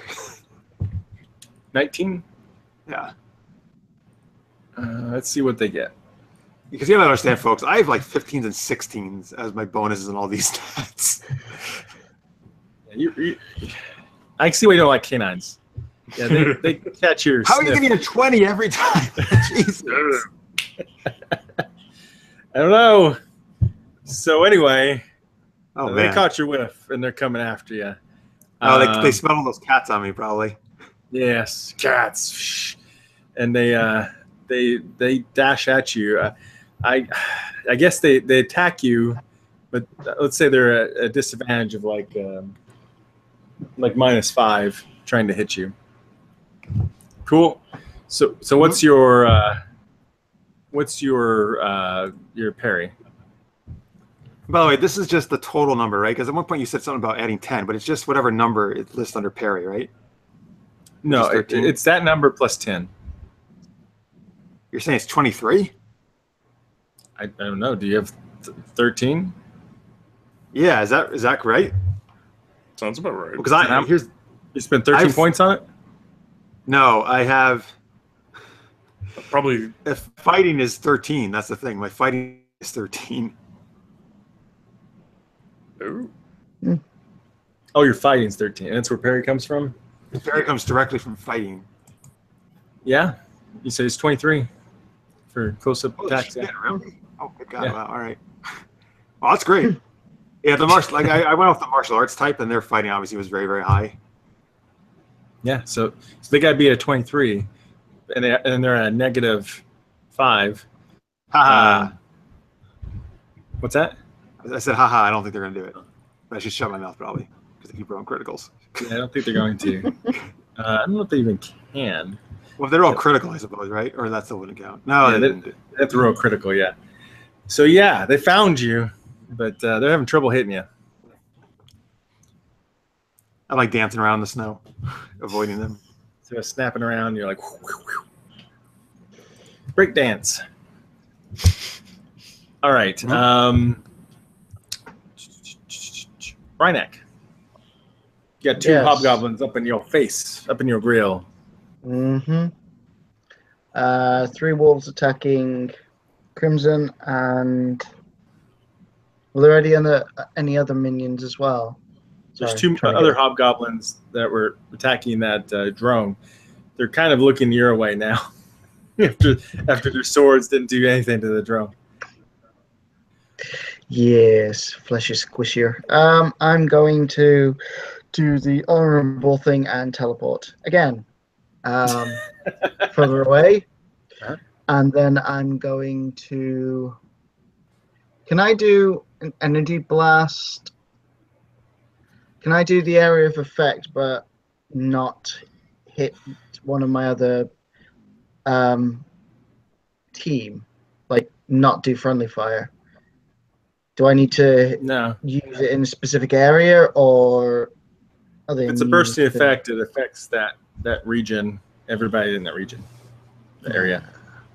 Okay. I was going to help Crimson, but yeah, no. Okay. I'm going to teleport, and I'm going to shout. You could always. Yeah. Sorry. What? Never mind. You could try to to catch the very edge of Crimson and try to catch a couple of the wolves, but it'd be tricky. And yeah, it's fine. I'm going to teleport another 40 meters, yards, however distance it was. You said, and I'm going to shout at the goblins, "Here, catch this!" and lob energy blast directly at them too. One's like, "Okay, no." Try and catch this. If you can catch it, you can keep it. So roll to hit. You got to beat a 13. 24. I think I did. I think they did, yeah.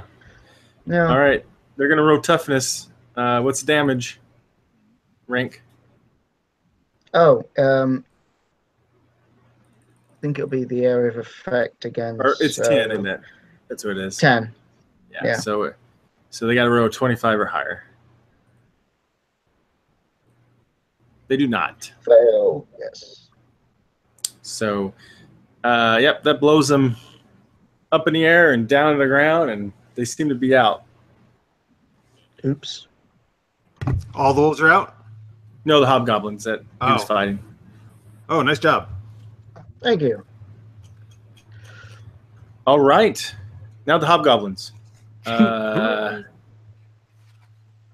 The ones Two of that them going Crimson to dropped the sled on, you mean? No, those four are still. Okay. Well, I guess they are getting up, aren't they?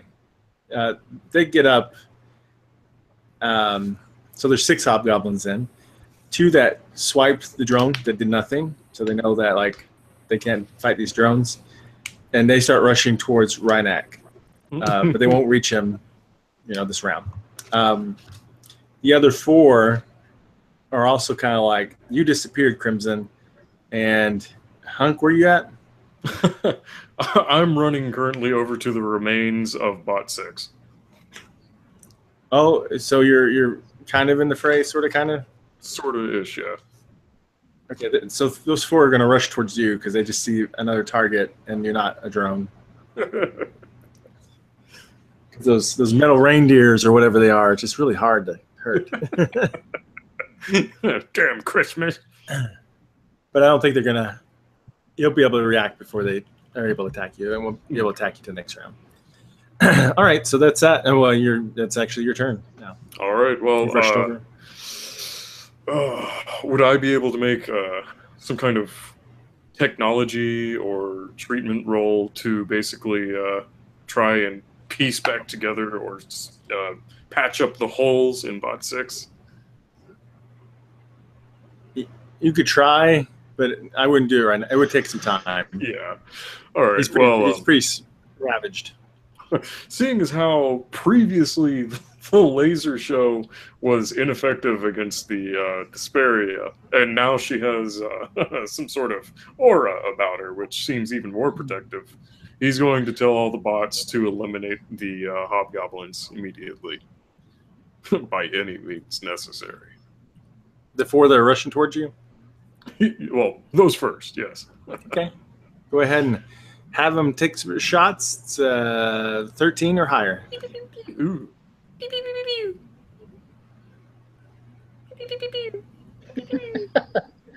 With sound effects. All right, that's there's 4 right there. So 4 hit. No, except 1. And then I have 1, 2, 5. I have 2 more bots left, but should I go ahead and roll for those, or? Well, let's see what that does first. So we roll their toughness rolls. What's going to be what's damage rank? Damage 4. 4.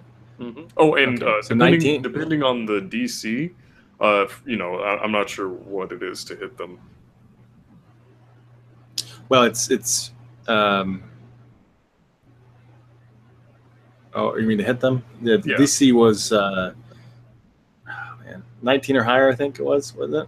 Or no, it was sorry, switched over here. It was 13 or higher. Okay. So let's see. 2 of them have +2 to the DC, the 20 and the 24. Okay, so let's roll the 2 that don't so far. So 1 hits, or 1 does damage, right? Yeah. They got to be like a 19, right? Yeah. And then ditto on that one. Then the other 2 are -2, right? So yeah, basically have to make against the 21, I think. Okay, so boom and boom. It's only one of them. All right, so you take out, you knock down 3 of those 4 that are rushing in. They stumble. Nice. They stumble down. They're like, it's like stormtroopers. Well, let's see if the other 2 bots can make mincemeat out of the one that's still standing. Okay. Oh, yeah. Well, Oh, nice critical. yeah, it doesn't really make a difference for it per se, but still, it's cool. So what's the DC then? That's +5 to the DC. +5. Yeah. So that means 24, I think. You Yeah. rolled pretty good, but nope, you got him. And so 24. So that's degrees. Okay. And he goes down. Excellent. The last robot will fire off a shot at whatever hobgoblin is currently still alive. Oh, and misses. Nope. Okay. All right. We'll just cradle the So remains of bot 6. you just took out all the hobgoblins? 4 of them. Oh, was there 2 left? I think so. I Two think it's at attacking me. 6, right? Yeah, 2 they're attacking Reinark. We're trying to. Is it just those 2 and Desperia now that are left? And the 3 wolves that are trying to snack on you. Oh, they're still around. All right. All right. So now it's her turn again, right? So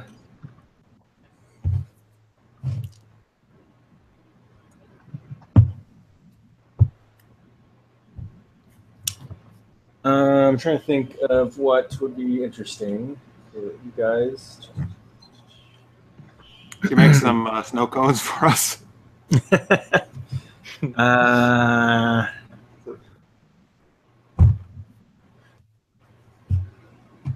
All right, so I don't 100% know how this power works, so we'll see what happens here. She's going to do like ice attack towards Reinark, and it's like trying to ice up around him, like to freeze him up. So he's got to try to dodge that first. Okay, so so what's your dodge? 7. A 7? Okay. So roll that or No. So she'll roll, you said 7, so she has to get 17 or higher. fail. So let's see if she does. And folks, thanks again if you've been watching, particularly been watching all day or just right now. We appreciate it. Remember, supergeekedup.com, we have a link where you can donate to Cybersmile charity to help victims of cyberbullying, which is what Roll20CON is all about this weekend. We got about 15 minutes or more left for this game, and then we're going to go to 9 p.m. Eastern to Fate Accelerated. And maybe you can help us decide what world to play in, because you can do anything in that game. All right. So you got frozen, and you're like trapped in this ice. So Reinark is? Yep. Oh, that's bad. And suddenly the howling wind dies down. The growls and grunts of despair minions are silenced, and a single voice booms out. Ho, ho, ho. Laughs a jolly old elf in a red suit trimmed in white fur. What have we here? You've been a very, very sad and naughty girl, Heather.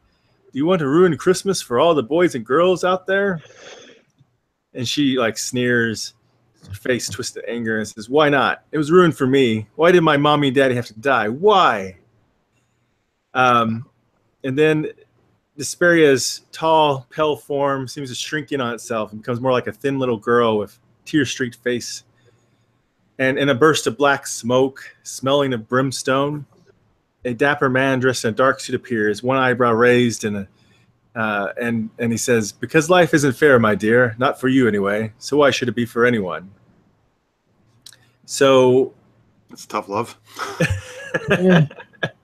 Tough love. Wait, who did Santa just turn into the guy with the dapper suit, or is this somebody else? Somebody else. You, is there a knowledge roll in this thing? I mean, let's see. Just if there's not, just do a roll and use your intelligence bonus or rank. all right, Oh, is our intellect? Yeah, intellect. I mean,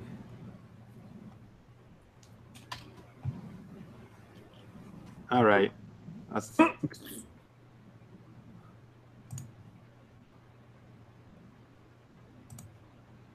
don't know if this is going to be too good. Oh, actually, better than I thought. how about you, Reinark? Intellect. I'm not sure where I'm looking. Owner all the skills in the upper left. You can still speak and stuff too, just so you know. You're like frozen, like neck down.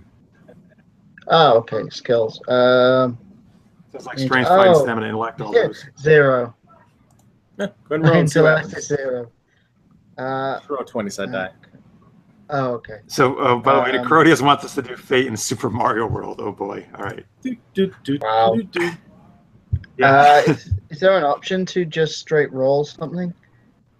0. Yeah, just go to the dice roll icon in the upper left. See all those icons, arrows and rulers, and there's a die, 20-sided die.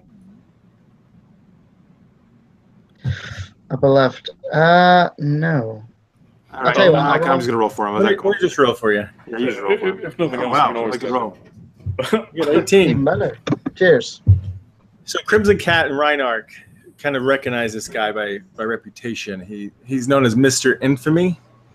All you know is some kind of power broker. He makes deals with people and gives them powers, and usually doesn't.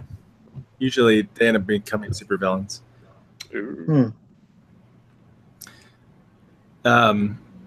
So we think he turned this girl Heather into Desperia. Yeah. So just because it's time, as they argue back and forth, what you learn is that Heather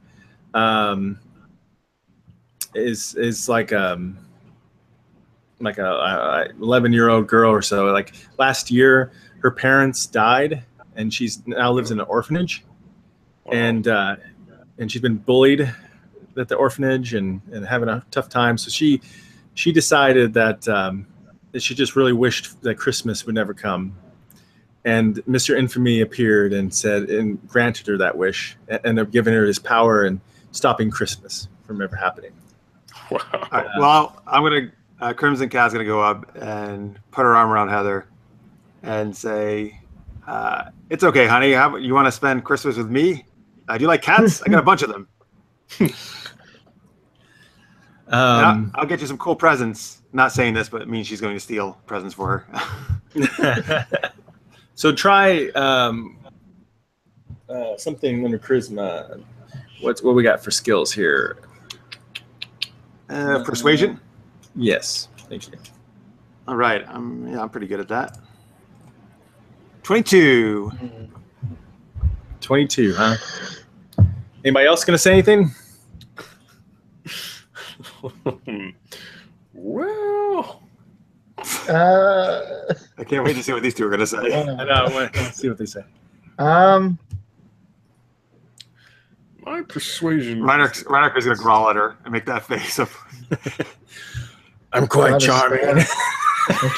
Charm. Got a spare bed. No. Oh, come on! That's just creepy. That's creepy. I don't know. If he says that, Crimson Cat is going to like shove him away. Say something to this All right. orphan who hates say- Christmas because her parents died. Yeah. Okay, so I'll say, you know- oh, sorry. it's all right. I'll say Nothing it's- pervy. I will do my best. That's everything. Oh, just don't say anything then. Just Never mind. No, I can't think of anything. All right, I Hunk, was going to say something cliche like You're just everything too happens for a complicated, reason. guys. It doesn't. Hunk, what do you say? Like, I know it's not the same, but I could totally build you a couple parents. What? Crimson Okay. is yeah, That's she's better. shaking her. I'm shaking my head. I mean, hey, maybe that prospect is cool. The 7 says no, though. How Just about he because- says, "Larry Hunk, what could you? Hey, could you like make some really cool light, like Christmas light decoration thing?" I mean, I guess. I don't know. I do that's have a one good- thing. I thought of something. Sometimes bad things happen to people, but that doesn't mean that you should make bad things happen to everyone else. Good things can happen too. You met us.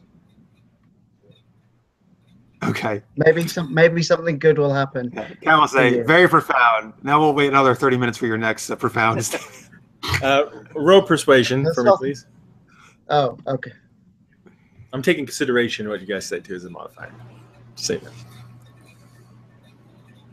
Yeah, I'm trying, obviously I'm trying to be very like big sisterly towards her. I'm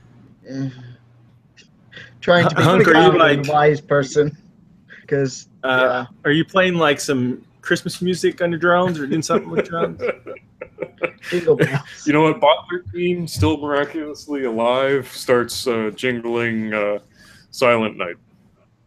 Aw. And do you want to follow up, Crimson Cat? Say anything else?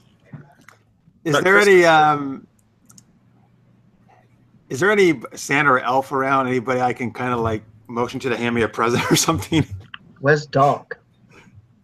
There's Herbie. Yeah, Herbie's there. Yeah. Want to give him a present? Is that what you want to do? I don't know. Like, well, I want him to see if he can like slide me a present I can give to Heather or something. So maybe you can like mumble that to him before you said your first thing. Yeah. And Herbie ran to the workshop, came back. What would you want to get?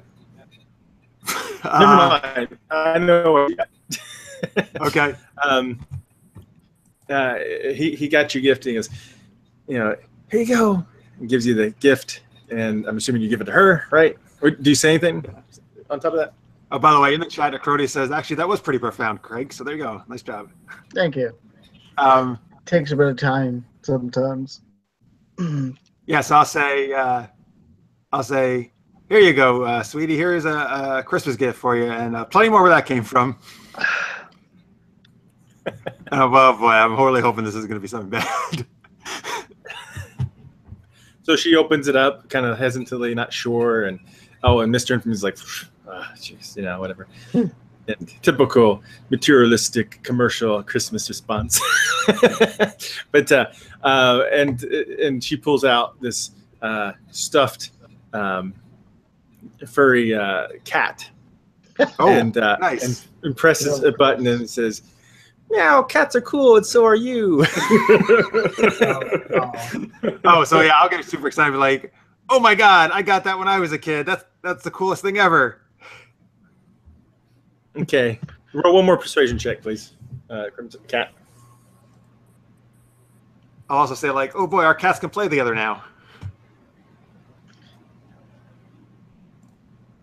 25. Hey, yeah, you're very charismatic.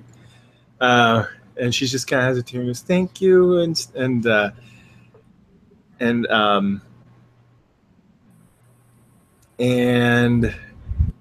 he just kind of goes, "Mr. Infamy," and he kind of like with a huff, he just kind of puffs into smoke and disappears. Before he said that, I was like, "Get out of here, you Grinch!" He's like, "Ha!" And he goes, "You haven't seen the last of me," and he just puffs and disappears, and Santa and Miss Claus are like, "Thank you so much for your help, heroes. Why don't you and Heather, come on inside and you can help us get ready for Christmas Eve. Lots of work to be done." Oh, do you have milk and cookies? Oh, of course. And so you guys go in there. You guys help him out with the gift giving, your creation of the gifts. And do we actually get to like ride in the sleigh with him as he delivers gifts? If you want to, sure. Well, yes. Crimson Cat and Heather. I want to take Heather along to do that. Sure. Okay, so montage scene of that happening and stuff, and giving gifts and everything, and then wrap up with you guys go to Heather Combs is her full name, to Danvers Orphanage where she's at, and bring a bunch of gifts for the kids there.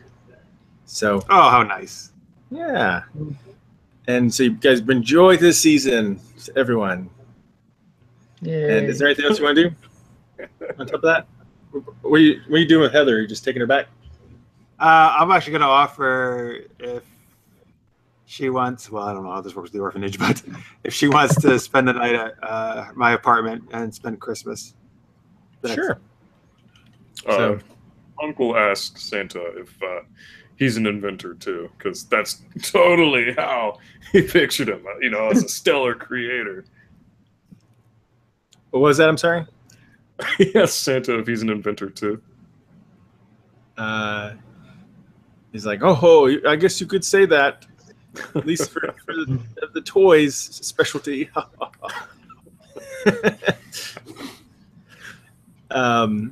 So you guys helped out with the Christmas gift giving.